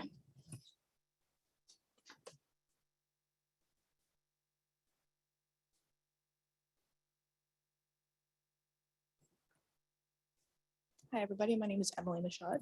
I live at 19 Driftwood Road here in Bristol. I'm here today because I am going to tell you about my personal experiences given this entire situation. I'm a 29-year-old single mother of 2 children. I have a 3-year-old and an 8-year-old. My 8-year-old did not attend school the year that coronavirus exploded, simply because of the mask mandates. When that ended and the next year came on, my 3-year-old was supposed to be going to preschool and my older daughter would go back to school if things were going to change. Things did not change, so I had to make a choice. I had to make a choice to either remain lower on the totem pole financially, or I had to make a choice to slave to the dollar and put them in the school where I knew they would be abused. I had to make that choice against my own personal feelings. I had to do what was best for them. And in 4 months, I was able to take them back out of Bristol Public Schools. And I say that with pride because I have actually had to go to the school and ask them why they returned my child away and tell me who told them that they could. And the only answer that I was given was, it's a law. Last time I checked, it is not a ratified law. You can't arrest me for a misdemeanor for not wearing a mask in a public building. You cannot arrest my child for not wearing a mask in a public building. You also cannot arrest the child for not being vaccinated. And today I stood downstairs where they would not allow us to come upstairs because we were at capacity, when there's not a legal capacity to uphold. And then if you're going to tell me that there's a corona reason, how many people in here don't have a mask? How many of you are masked? So the rules only apply when you choose to apply them and who you choose to apply them to. And as a resident, as a citizen of the state, of the country, I don't owe you an explanation as to why I don't want to wear a mask. I don't even have to ask for your permission. I am an unmasked, unmuzzled, unvaccinated, and unafraid. And I have the right to be that way. And you don't get to tell me that I don't. And you certainly don't get to tell my kids that they don't either. And I will continue to keep them out of the school district, not because I think I can do a better job, but because I know that they are safe with me and they're safe with the people that I put them around because they support me and they support my choice and my freedom. And I will continue to do that. Thank you.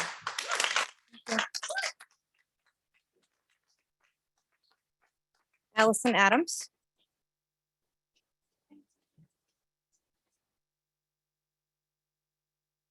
Good evening, Board.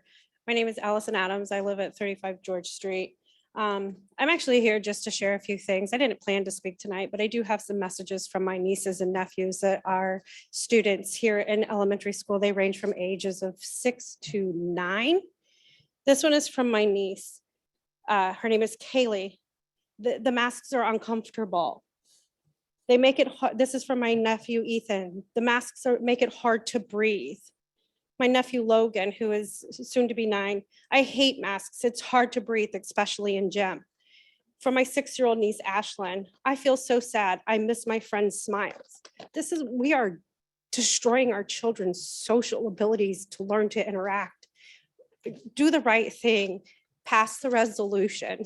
Thank you. Thank you.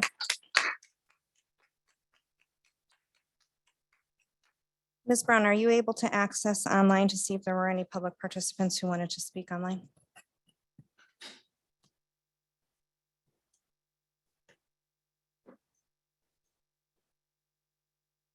I had one hand raised earlier and messaged that gentleman, and he did not message me back. So other than that, I don't see any participants online.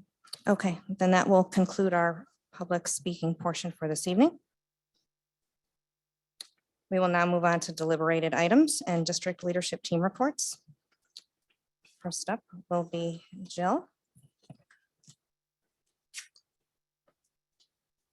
This will be to appoint a Board of Ed Commissioner to the SRR Building Committee.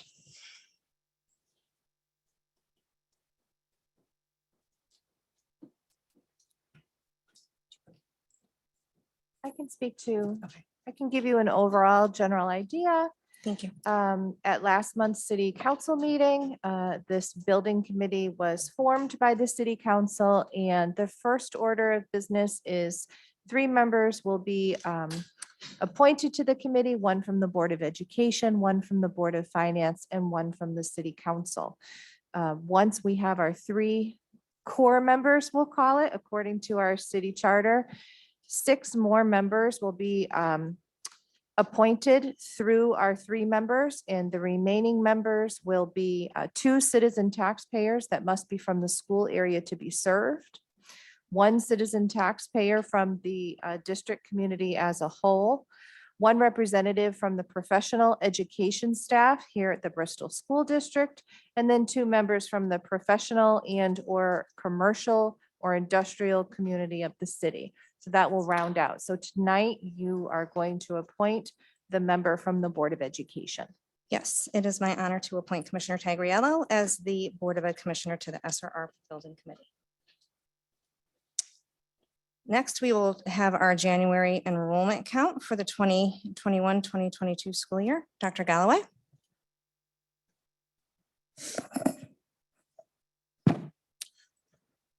Good evening.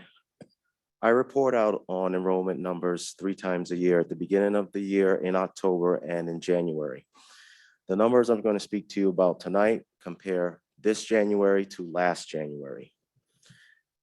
In the interest of time, I will summarize my report, and I won't report each school, but I'll give you the overall. From last January to this January, the K-5 numbers increased by 4. So instead of me reading every school, it's 4, K-5. The average class size K-5 is 20.5. In our schools 6, 7, and 8, that's Chippens, Green Hills, Northeast, and West Bristol. It's a decrease of 44 students from last year this time. Our high school numbers for Bristol Central and Bristol Eastern, there's an increase of 27 students. And overall, district-wide, there's an increase of 17 students from last January to this January. 19 students have returned back to the district from magnet schools, and that concludes my enrollment report pending your questions. Through the chair, I just have one. Have you begun the process of modeling out the average class size as we go along our reimagining plan, and what would be the average class size for that K-5 outlook? Have you looked at that yet? Or We did. That was part of the modeling that we did during the work with the board when they were looking at the various configurations and contemplating what school and what grade bands are appropriate.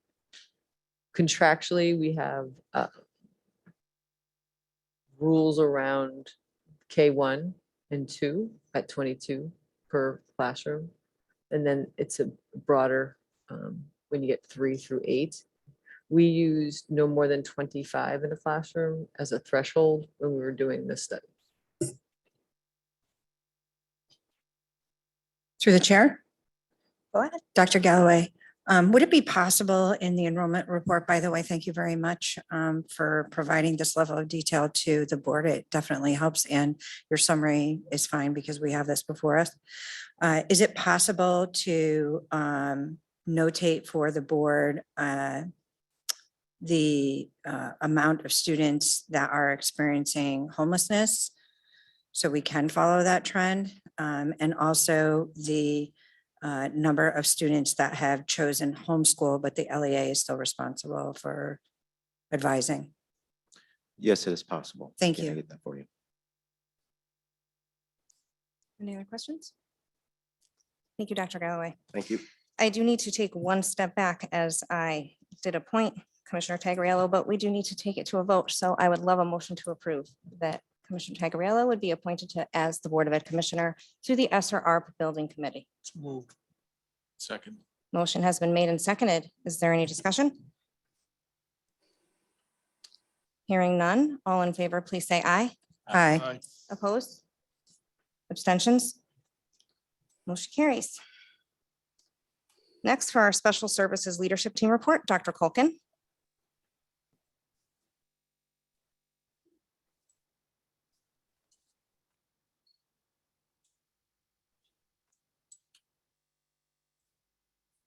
Okay, that's fine. I can move on with the agenda and we can have her worked back in. We can now move on to curriculum revision. Dr. Sarli, you have 5 things to present to us this evening. I do, but I'm going to be succinct, okay? So the first one I'm presenting to you is dramatic theater. I did present this to student achievement just a few weeks ago. I do want to recognize our teachers, Teresa McDonald, Lisa Carroll, and Lindsay DiPietro, who created the entire theater curriculum for their hard work on this. So for this is dramatic theater. It is a half-credit course with no prerequisite. It will be offered in the fall semester only. That's intentional because it aligns with fall dramas. Students will study contemporary and classic plays while learning performance skills and basic theater elements. Class will culminate in a performance of either a play or scenes from various plays. There's a total of 7 units, which are designed to scaffold off of each other to prepare them for the performance. For example, in the first 4 units, students are learning technical skills such as projection and where to take creative liberties, as well as how to work with others in order to prepare for their audition skills, which culminates in a final performance. Are there any questions that I could answer at this time? I don't believe so. Okay, so we're going to move on.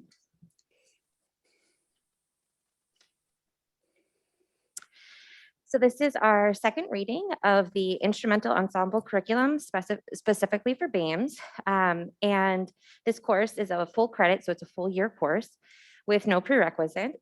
There are 8 units that you could see up there, and they are scaffolded and they layer on top of each other throughout the year. The first reading was presented in our January Board of Ed meeting. I have not received any questions, but if there are any at this time, I could take them, or I would ask for a motion. Okay, I'm looking for a motion, please. At this time, I'd like the motion to approve the new instrumental ensemble curriculum. Second. Motion has been made and seconded. Any discussion? Hearing none, all in favor, please say aye. Aye. Opposed? Aye.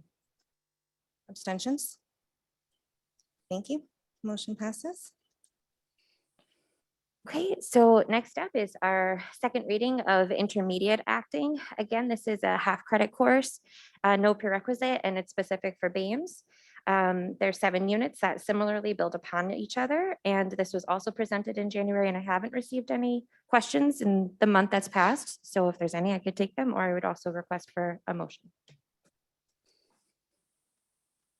I'm looking for a motion, please, for approval of intermediate acting. So moved. Second. Motion has been made and seconded. Is there any discussion? Hearing none, all in favor, please say aye. Aye. Aye. Aye. Opposed? Abstentions?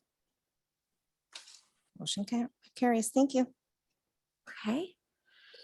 The next one is musical theater. Again, this is specific for BAMES. It's a half credit course with no prerequisite. The only difference is it will be a spring offering only, and that's again due to the musical theater performance that happens in the springtime. This was presented at the January Board of Ed meeting. I haven't received any questions. I'm willing to take any, or I would also request for a motion. So moved. Second. Motion has been made and seconded. Is there any discussion? Hearing none, all in favor, please say aye. Aye. Opposed? Abstentions? Motion carries. Okay. So this is the last one for tonight. And this is the physical theater and movement. It's a 4-unit series. It's half a credit, no prerequisite. Again, presented it a month ago. I haven't received anything. I can take any questions, or I would request a motion for approval. So moved. Second. Motion has been made and seconded. Is there any discussion? Hearing none, all in favor, please say aye. Aye. Aye. Opposed? Abstentions? Thank you, Dr. Sarli. Thank you so much. And next for textbook adoption, Dr. Reckenberg. Good evening, Commissioners. Early in the fall, our AP and ECE chemistry teachers came together to review 3 potential new textbooks. They scored those textbooks against a rubric. The rubric had categories like the alignment of the content to the ECE and AP curriculum, accurate presentation of content, promoting higher order thinking, includes authentic activities aimed at building student understanding, addresses skills and practices within the AP and ECE curriculum, and uses a variety of modalities to meet diverse learners. In the process of reviewing the 3 textbooks, the top choice was the chemistry, the central science from Pearson.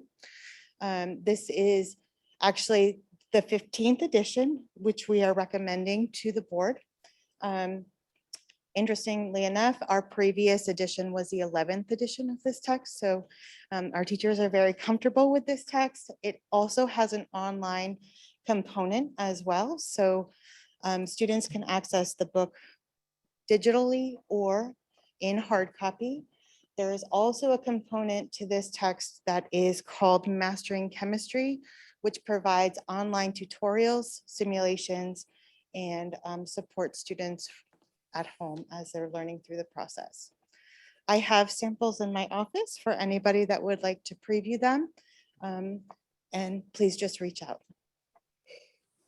Thank you. Okay.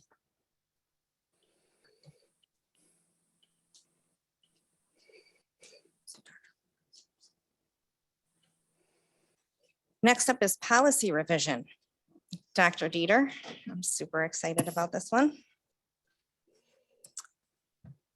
Thank you, Chair. For our consideration this evening is a new policy, policy 6163.33, animals in the classroom. The subcommittee, as Commissioner Giantonio has reported earlier, the policy subcommittee met to review this proposed policy. And we are asking for your approval. We've expanded the frequency of inviting therapy animals into our buildings. These highly trained animals, when they come into our spaces and programs, as frequently as they have been, we determined that we needed to move to a place to codify uniform procedures and policies across the board. This would include credentialing, insurance, proper training, et cetera. And just for a point of clarification, these are therapy animals, which are different than service animals. Service animals would be covered under the ADA. The policy committee has reviewed the documents that are shared in the agenda and unanimously recommended it to the full board for approval. I'd be happy to answer any questions that you may have.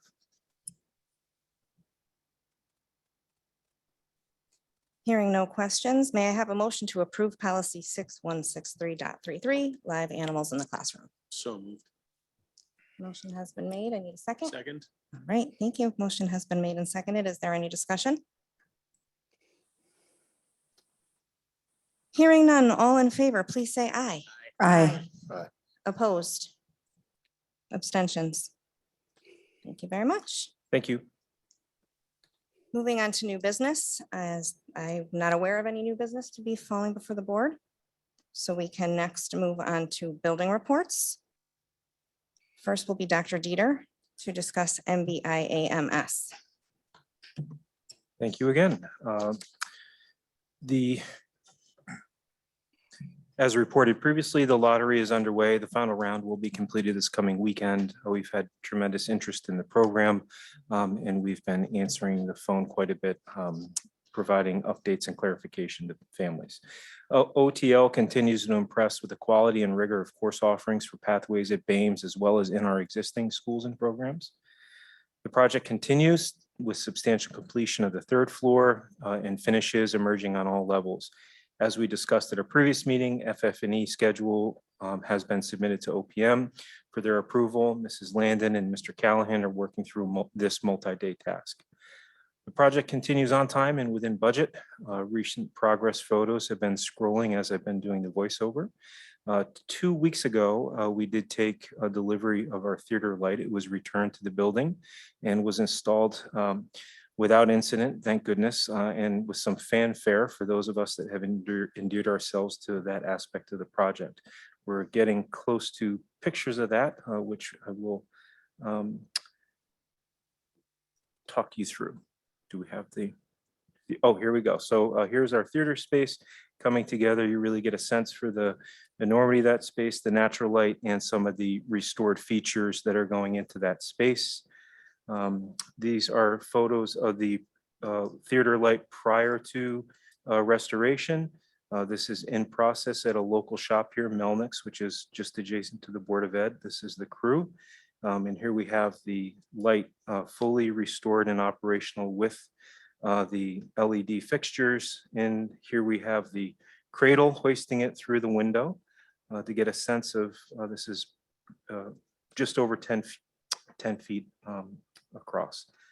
Going through the window that had remained out, crane setting it in, and final picture of the theater light in place. So this is an important artifact to the city. Many of the features of this light were made here locally in the Sessions factory over 100 years ago.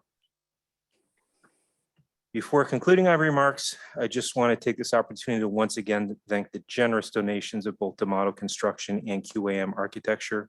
Their combined donation of $50,000 is being applied to restoration efforts within that theater space. So we're very grateful and fortunate for that donation. Thank you very much. Next, to discuss the Southside School HVAC project, Mr. Callahan. Good evening, everyone. Southside School is moving along. We still have an issue with one of the Dakins units that's on the roof has been leaking. It leaked on January 20th with the driving rain and winds on that day. We are working through some more water tests. We're hoping that we'll get that solved, and Dakin is stepping to the plate and continuing to help us with that. And we plan on doing one more water test on this Friday to check out to make sure that we've got that last problem solved. So that's where we are with Southside, and we're working through punch list issues, and everything is on schedule. Any questions? I don't believe there are any questions. Thank you very much. Thank you.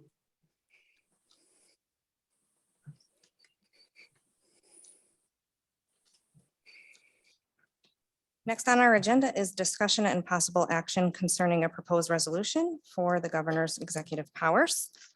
As all commissioners know, you've been forwarded a copy of a resolution that would be sent to Governor Ned Lamont, Matt Ritter, who's the Speaker of the House in the Connecticut State Legislature, Martin Looney, President and Pro Tempore of the Senate, Connecticut State Legislature, Charlene Russell Tucker, Connecticut State Board of Education Commissioner, and Manisha Juthani, MD, Commissioner of the State of Connecticut Department of Public Health. Before discussion, I will entertain a motion to accept the resolution as written. I just would like to respectfully ask that each commissioner would speak on the issue once and may speak again following all commissioners having had the opportunity to speak. Through the chair, at this time, I'd like to make a motion to adopt the following resolution regarding returning full decision and policymaking authority back to the local boards of education in lieu of operating under emergency executive authority or legislative mandate. The resolution reads as follows. Whereas the state of Connecticut has been operating under a state of public health emergency declared by Governor Lamont for nearly 2 full years, and whereas the impact of the COVID-19 pandemic has ebbed and flowed while our understanding of the virus and the ability of our healthcare system and local government to manage it have steadily increased, and whereas there is no current emergency which prevents or prohibits state or local government from meeting to make policy for their constituencies, and whereas our system of laws and justice in Connecticut and throughout the United States of America relies on a recognition that individual citizens are the highest authority when it comes to their personal choices, including but not limited to decisions affecting their health, travel, employment, association, and customary lawful behavior. And whereas local town governments, including our Board of Education, is the proper body to determine policy affecting the citizens of our town. And whereas our local government has been restricted in making policy for our town and our school systems by the actions of Governor Lamont and state government agencies under his control, including but not limited to the State Department of Public Health and the State Department of Education. And whereas state government and the governor of the state of Connecticut are poised in the next several weeks to adopt legislation extending the authority of the governor unilaterally to override the proper power of local government and to diminish the right of the free citizens to exercise their own liberty and judgment. And whereas the Constitution calls on 3 co-equal branches of government, and the legislative branch debates and passes laws, and the executive branch enforces those laws and administers state government. And whereas the people of our town have spoken and expect us to act on their behalf to defend their constitutional freedoms and to set policies for our town. Now therefore be it resolved that the Bristol Board of Education in regular session assembled calls upon the governor of the state of Connecticut and the Connecticut General Assembly to rescind any executive or legislative authority created in response to the COVID-19 pandemic that overrides the proper local control of the Board of Education of the city of Bristol, and to halt any further similar actions by the executive or legislative branch. Be it further resolved that the Board of Education shall be restored as the policymaking body for their local school district as it was prior to the COVID-19 pandemic, and that it shall make policy in keeping with the state and federal constitutions and the consent of the people who elected them to office. Second. The motion has been made and seconded. Is there any discussion? Yes.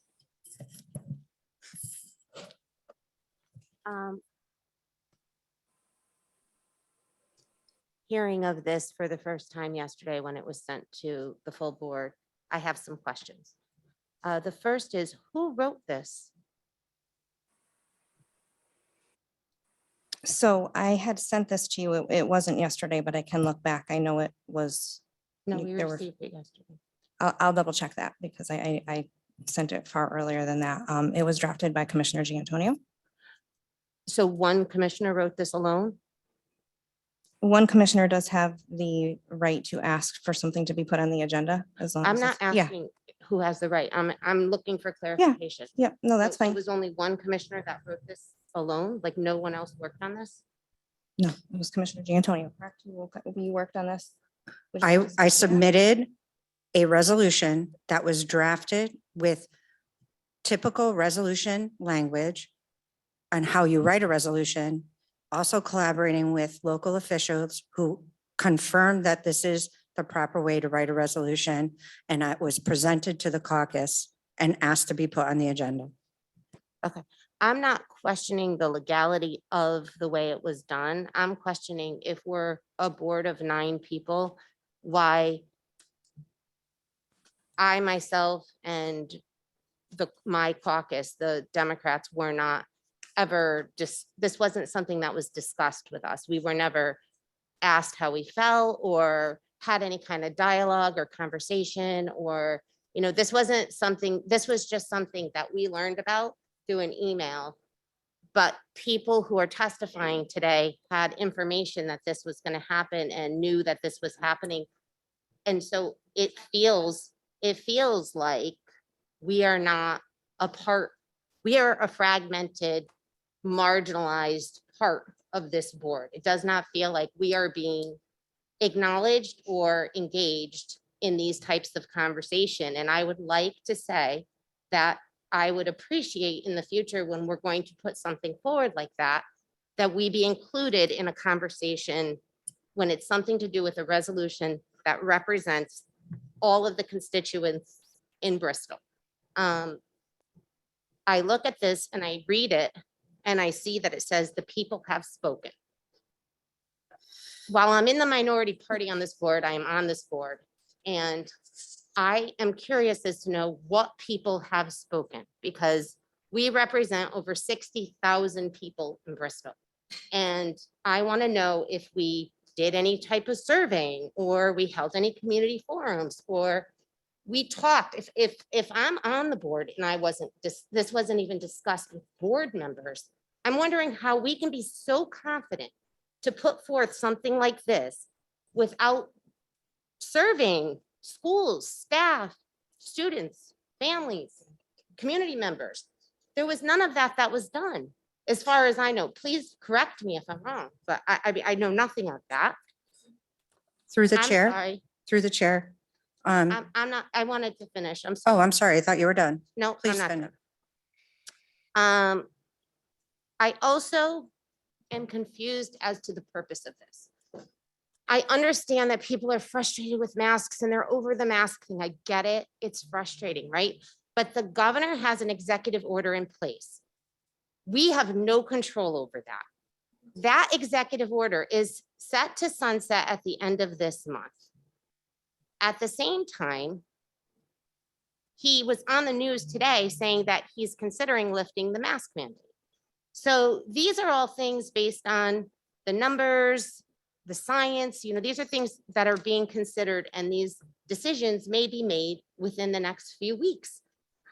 I feel like the letter itself, what is the outcome that we're looking for? And this is a question now for the chair.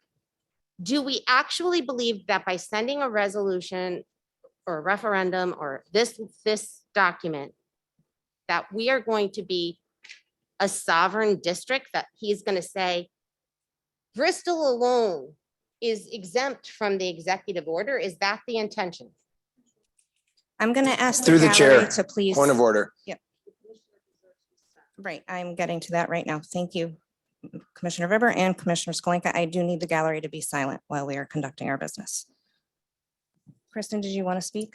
Since I was asked the questions and I brought forth the motion, this motion clearly has been very clear and distributed. It's about, because of the current deliberations that are going on at the state, it is a board's attempt to request that the governor consider that local boards of ed would like to resume their local control. There was nothing in here that said anything about masks, for clarification.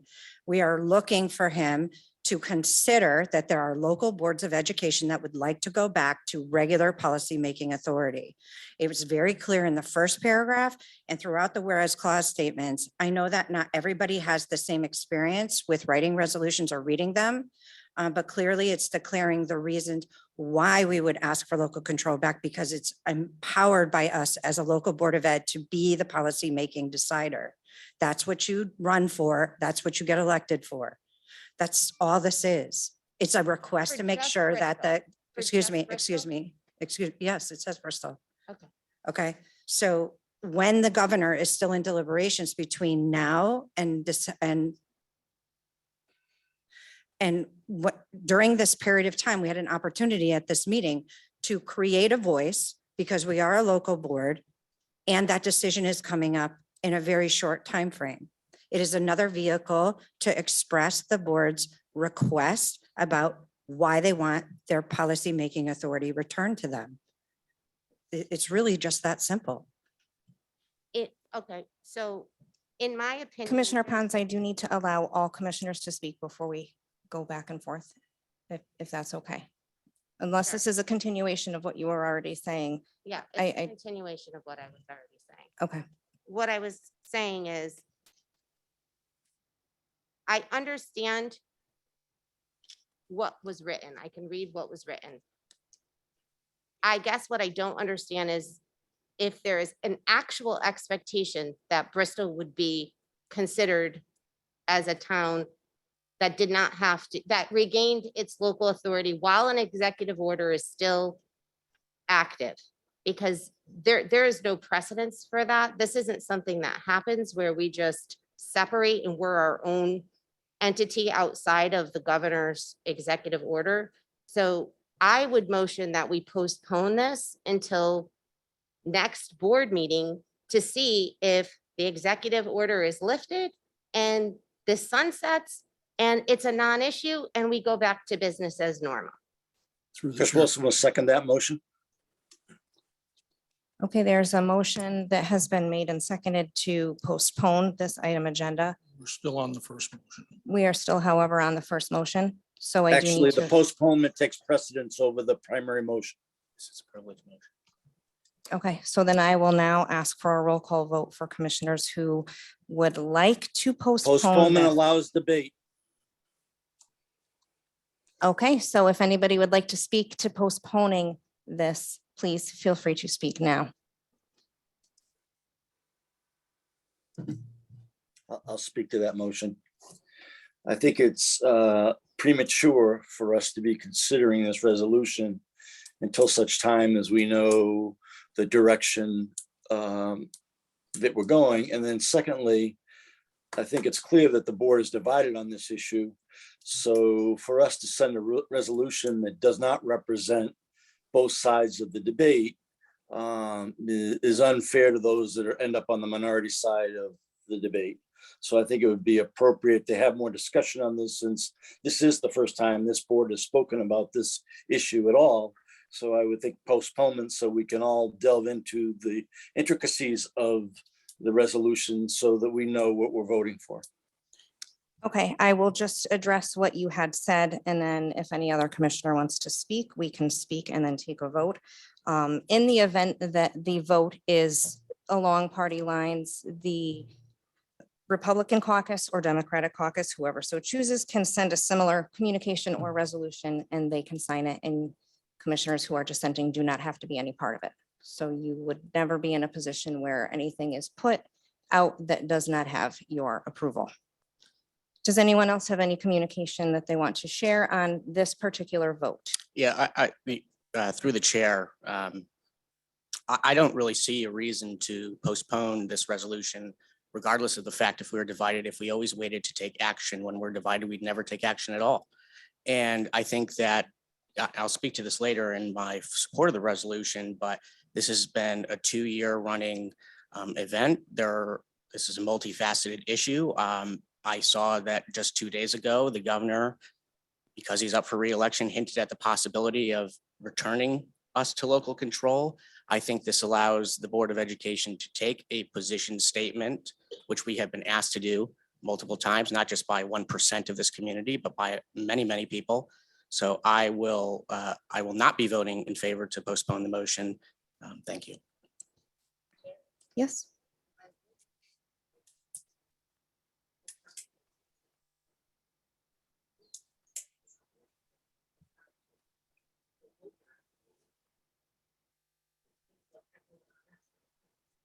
So just to address that, and I did check the timeline of my emails, everyone, including Dr. Carbone, the Republican caucus, and you all received this on the same day, which was January 31st. It was Monday.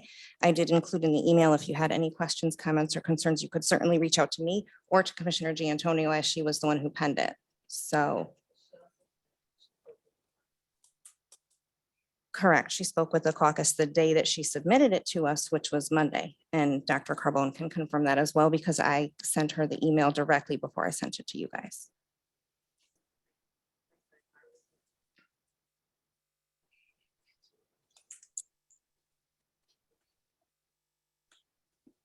Thank you for your comments. Do anyone else have comments that they want to share on the postponement of this item agenda?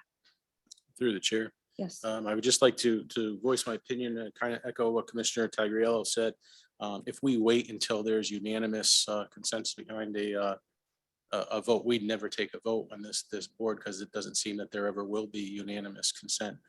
Second of all, to wait for the governor, we're going on 2 years of these executive orders, and numerous times an expiration date has come and it's just been re-upped, and it continues to go on. To wait for the governor to finally decide that he is going to give us back the power, the authority, I should say, excuse me, wrong choice of words, that the people of Bristol voted for us to have that authority to make these decisions. Waiting on the governor to give that back to us is a foolish thing for us to do at this point. And even if we will not be a local autonomous group who is going to be outside of the governor's mandate, I understand what Commissioner Pons is saying, but nonetheless, our voice does need to be heard, and the voice of the people who elected us in this town needs to be heard. And there were thousands of people who came out for the election and overwhelmingly voted for the people who are sitting on this board here tonight. And so for us to waste this opportunity and not take the action that this resolution provides, I think would be foolish. And therefore, that's why I would vote for this resolution. Thank you. Is there any further discussion on postponement of this agenda item? If not, I would like to ask Ms. Everett for a roll call vote. If you are in favor of postponing this until next month, please vote yes. If you are not, please vote no. Commissioner Carlson, No. Commissioner D'Antonio, No. Commissioner Pons, Yes. Commissioner Skalenka, No. Commissioner Sturgeon, No. Commissioner Tagarello, No. Commissioner Vibert. Yes. Commissioner Wilson, Yes. Chair Doobie. No. Motion fails. 6-3.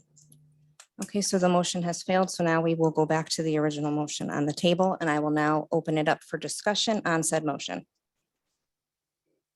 Yeah, I agree with Commissioner Pons. It's nice to be consulted. It would be nice if there was, a survey or something. The governor's office has never sent me a survey. They've never asked local boards of education.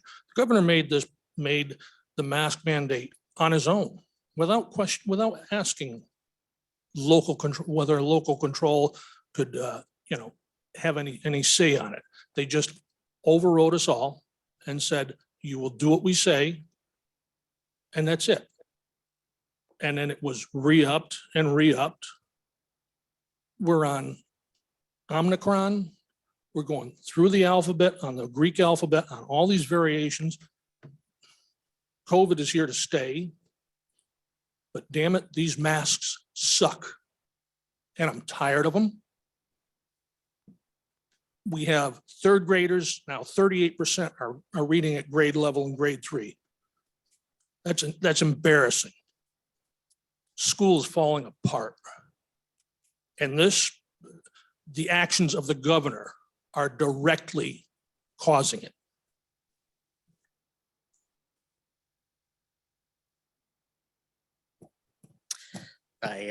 Given the depth of this motion, I had actually prepared some remarks for it, and it's only one page, so please bear with me. Madam Chairman, the resolution before us gives our board an opportunity to be a voice for our community as well as ourselves. For the past 2 years, our state government has worked to steer the way for how everything operates during the declared pandemic. These actions have demonstrated areas of praise and, of course, criticism. We have heard from our community regarding many issues, ranging from student access to resources as they were forced to stay home and learn, to masking during hours-long school sessions, to the acute need for increased awareness and assistance in the area of mental health.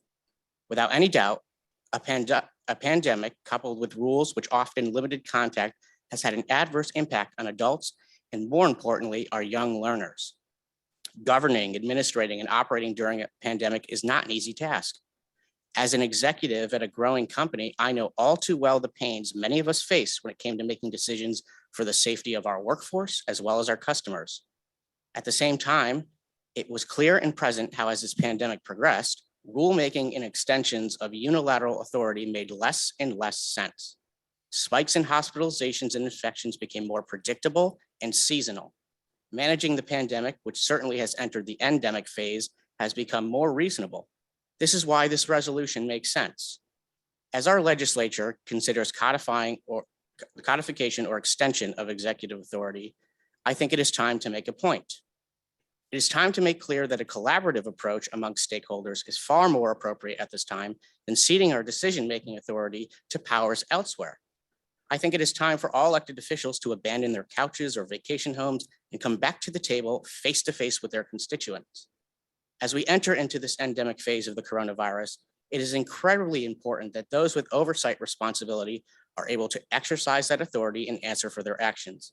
It is time to move beyond passing the buck, and it's time to work together to collaborate on how we will continuously respond to our constituent needs. Madam Chairman, for these reasons articulated, I support the resolution. Thank you. Anyone else on this side? Moving down the line. Commissioner Rivers, do you have anything else you would like to share? Sure.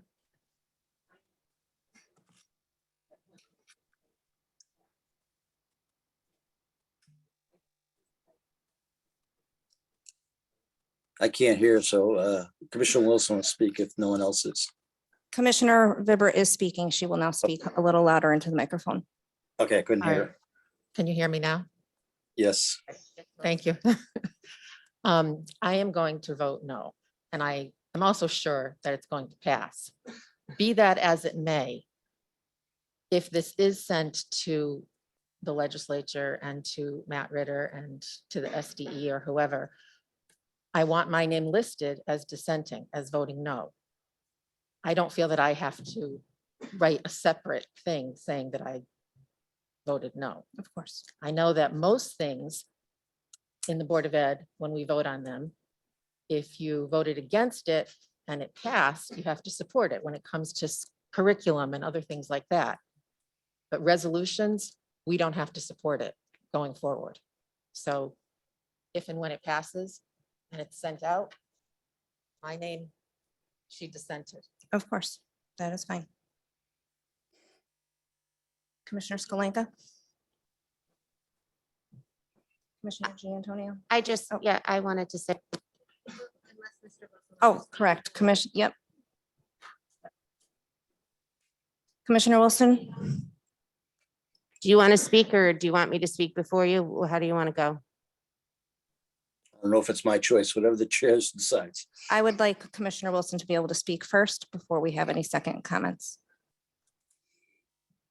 Okay. I personally have been involved in making resolutions in the past, both in this organization and others, so I certainly support resolutions.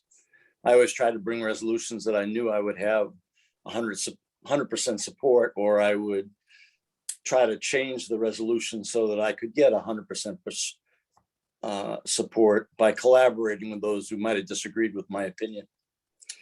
That's clearly didn't happen in this case. In fact, I was informed today that our board chair had remarks read into the record at the State Board of Education before we even discussed this issue. So it's clear that we're not in a mode of collaboration. I've always viewed myself, I guess, as an institutionalist. That is, I support institutions that support people, other people, not just me or my own vested interest. But I'm concerned about all 8,000 students that are in our district, not a certain segment of the students that are in the district. We have 1,200 staff people that I'm worried about if we unmask, and they will be at risk for getting the pandemic. I think we have to care about others other than ourselves, even if it doesn't affect us. Today marks 10,000 people dying in Connecticut. And when someone dies in a family of the pandemic, it's just not the dead person that we reflect upon, but all the disruption in the family. I think it's important that we think about that. And we've always allied ourselves to safety and protocols and safety for all of our students and all of our staff. And I think this policy has been a good policy, and I've supported this policy.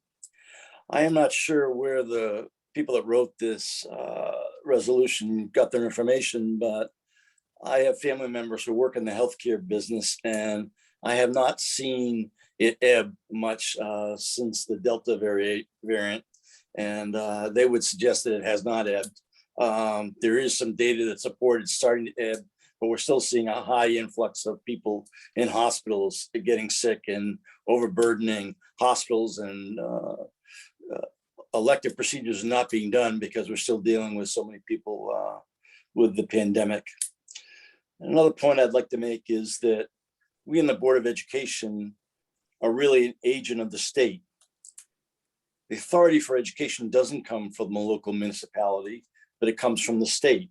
The state decides when students go to school. The state decides what criteria teachers and administrators have. And so to say that to bring local control back to the Bristol Board of Education is kind of a misnomer, because we've never had local control entirely. No, we've had some control, and we've lost some control over the pandemic. I suspect over the masking is really the only thing that I can think of that might we have lost in control. And so I guess that's the only thing that this resolution is really about. I understand it didn't address masking, but it seems to me that's what it's all about, is the masking. And again, I get back to the point of, yes, there was an election, and the election called for changes, and the elections have consequences for sure.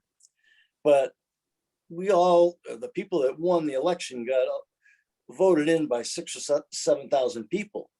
And as someone mentioned, we have 60,000 people in our town. So I'm not sure that that is as great a benchmark as we all think.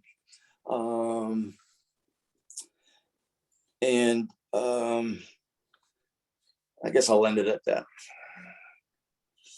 Through the chair, point of clarity, the resolution asked for policy-making authority back to the local district. That is the sole governing mission of the Board of Education. It's written in the statute that boards of education are responsible for local policy making that affect their local school district. It doesn't say anything other than that. Commissioner Pons?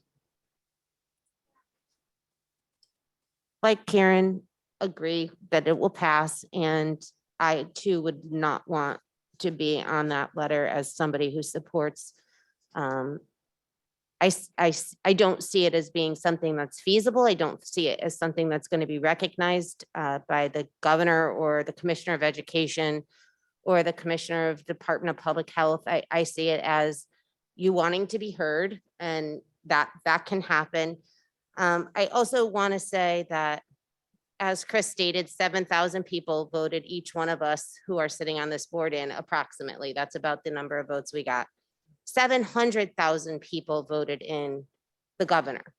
And Eric recognized it's nice to be consulted or surveyed or discussed, to have matters discussed, and to take input.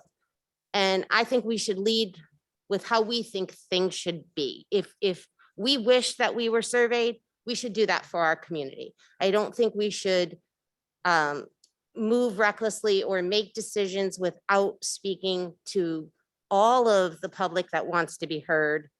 I think we should lead by the example that we would like that consideration. We should give that consideration to others. Thank you.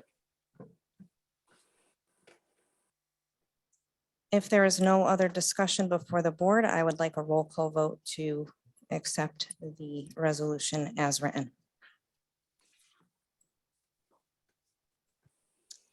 Commissioner Carlson, Yes. Commissioner Giantonio, Yes. Commissioner Pons, No. Commissioner Skalenka, Yes. Commissioner Sturgeon, Yes. Commissioner Tagarello, Yes. Commissioner Vibert. Commissioner Wilson, No. Chair Dubin. Yes. Motion passes 6-3.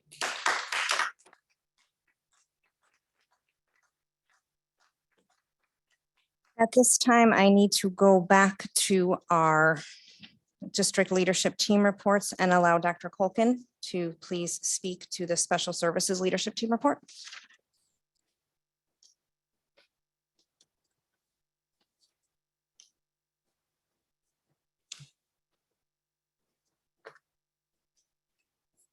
Good evening. So our January enrollment report for students with special education services has a January 3rd student count of students eligible within our district of 1,678 students, and that was out of a total of students at the time enrolled of 8,099 students.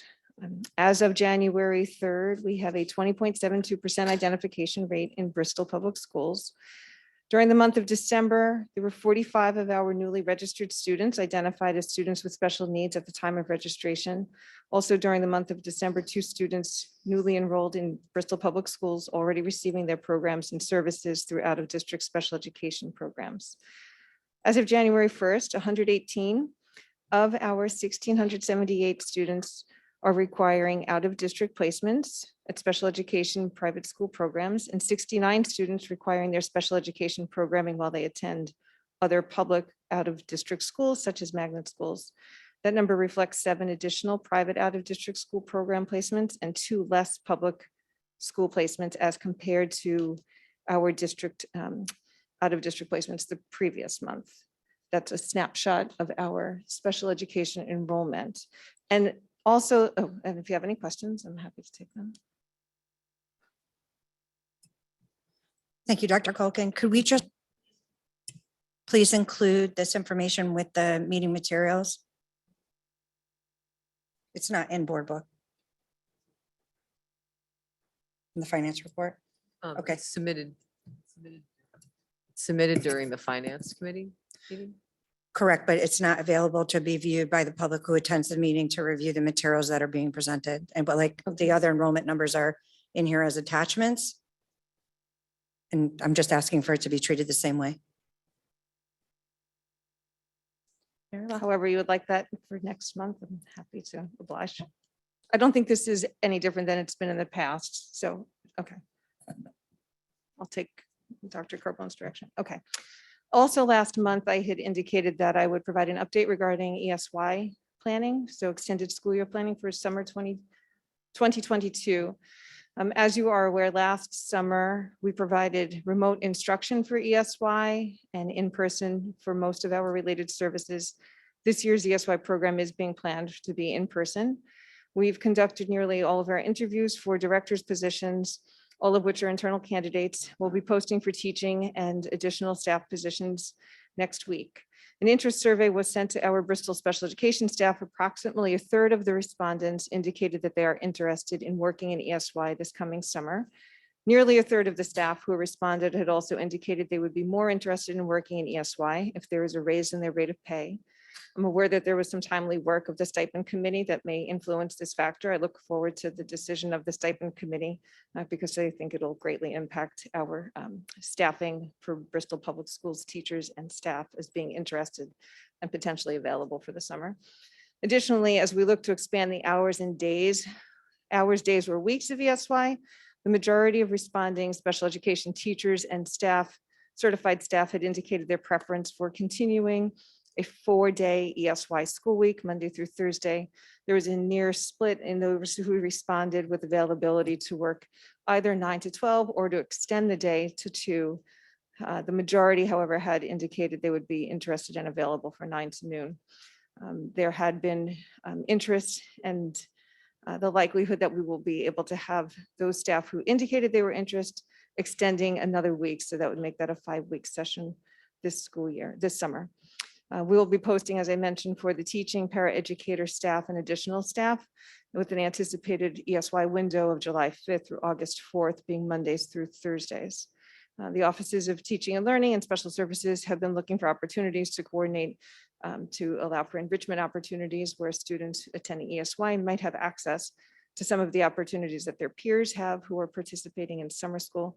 That work is ongoing. We will have the opportunity to utilize some of the recovery funding to provide expanded and engaging learning opportunities during the ESY program, whether or not it's in conjunction with the regular ed summer program or remains independent as an ESY program. And that's my update for this month. Through the chair, I have a question. Sure. You indicated that 1/3 were interested in the ESY. 1/3 of the staff who responded to the survey indicated interest in working And then in the summer. and 1/3 indicated that they'd be interested in additional pay to do it. Yes. So some of the folks who said they'd be interested in working said, Okay. that I'd wasn't- really be interested if I okay, had more that's money. what I And others who said that at this time they were not interested. They might be if they had a higher rate of pay. Okay. And then my second question, when do you normally send out the communication for the ESY program? Is it For the staff, we no, usually we for the- post around February. for the parents? Sorry. So parents have their ESY programming determined at their individual PPT meetings. So those meetings happen, they happen throughout the entire school year. And while ESY is identified as a program, and it's often referred to as a program, the actual design of each individual student's ESY services are really intended and need to be made on an individual basis. So they shouldn't be cookie cutter per se. While we might have a program identified for a particular length of time, that will not necessarily meet every student's needs, and it's not supposed to undo the work of a child individual planning and placement team. They really do need to address the ESY needs of that student to be individual to the child. So there is broad programming, but there are caveats. Okay. Any other questions for Dr. Culkin? Through the chair, just one clarification on the enrichment piece. I'm glad to hear that it's ongoing, working to provide enrichment opportunities for those students that would be in ESY. And especially if the majority of the staff that's willing to support ESY has responded as being mostly available between 9 and 12. So I applaud the efforts to continue to make enrichment available in addition to the 9 to 12, including in addition to whatever's decided in their IEP, but having the opportunity to engage in enrichment with their peers has always been something that I've advocated and voiced for. In the past, I'll just remind that enrichment that's typically scheduled for Bristol Public School students was always scheduled in the morning time frame and only had morning offerings with limited afternoon offerings, not every year, but in some years. So that would continue to be an obstacle if those times conflicted. So I'm looking forward to hearing the continued work on how we can make an enrichment program for those students that want to engage with their peers after ESY. Thanks. Through the chair, last year through the use of our ESSER 2 monies, and it's in our ESSER 2 monies again. The only reason why we have the enrichment program is through those monies, and we will have a morning and an afternoon program. Students who may be programmed for ESY would have opportunities to engage in enrichment activities in the afternoon, as well as a family that might choose to have their child participate in enrichment activities only partial day. But that's not through the general fund. That is through our ESSER 2 monies.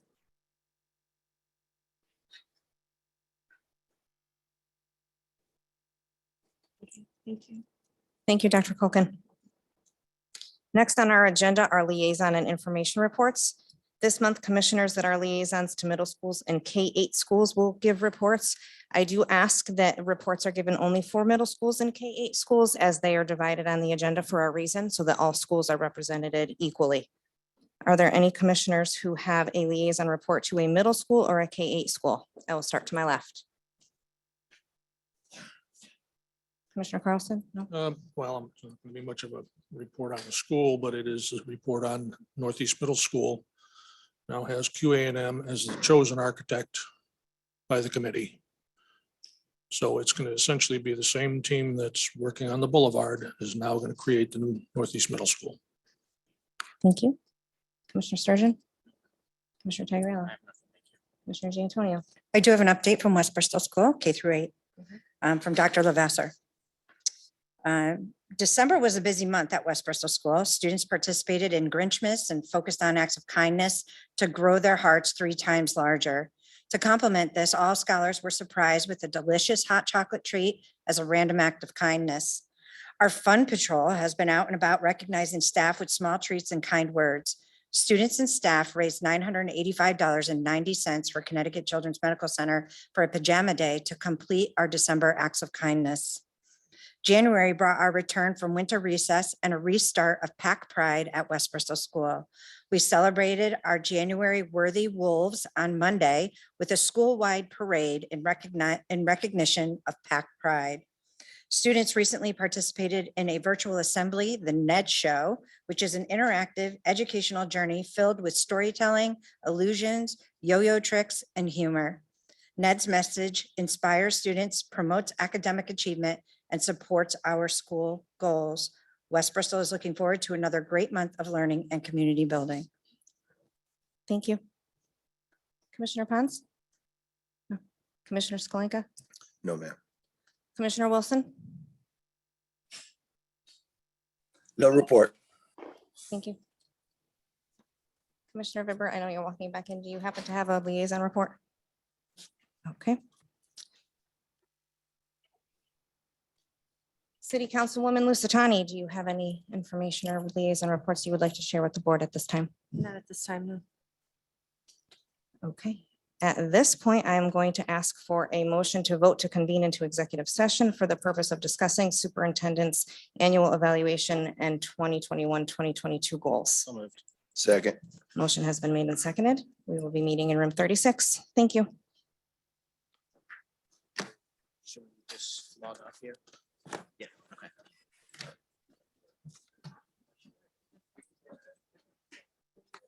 No, I did session, the contracts. But yeah, it's a secretary. Okay.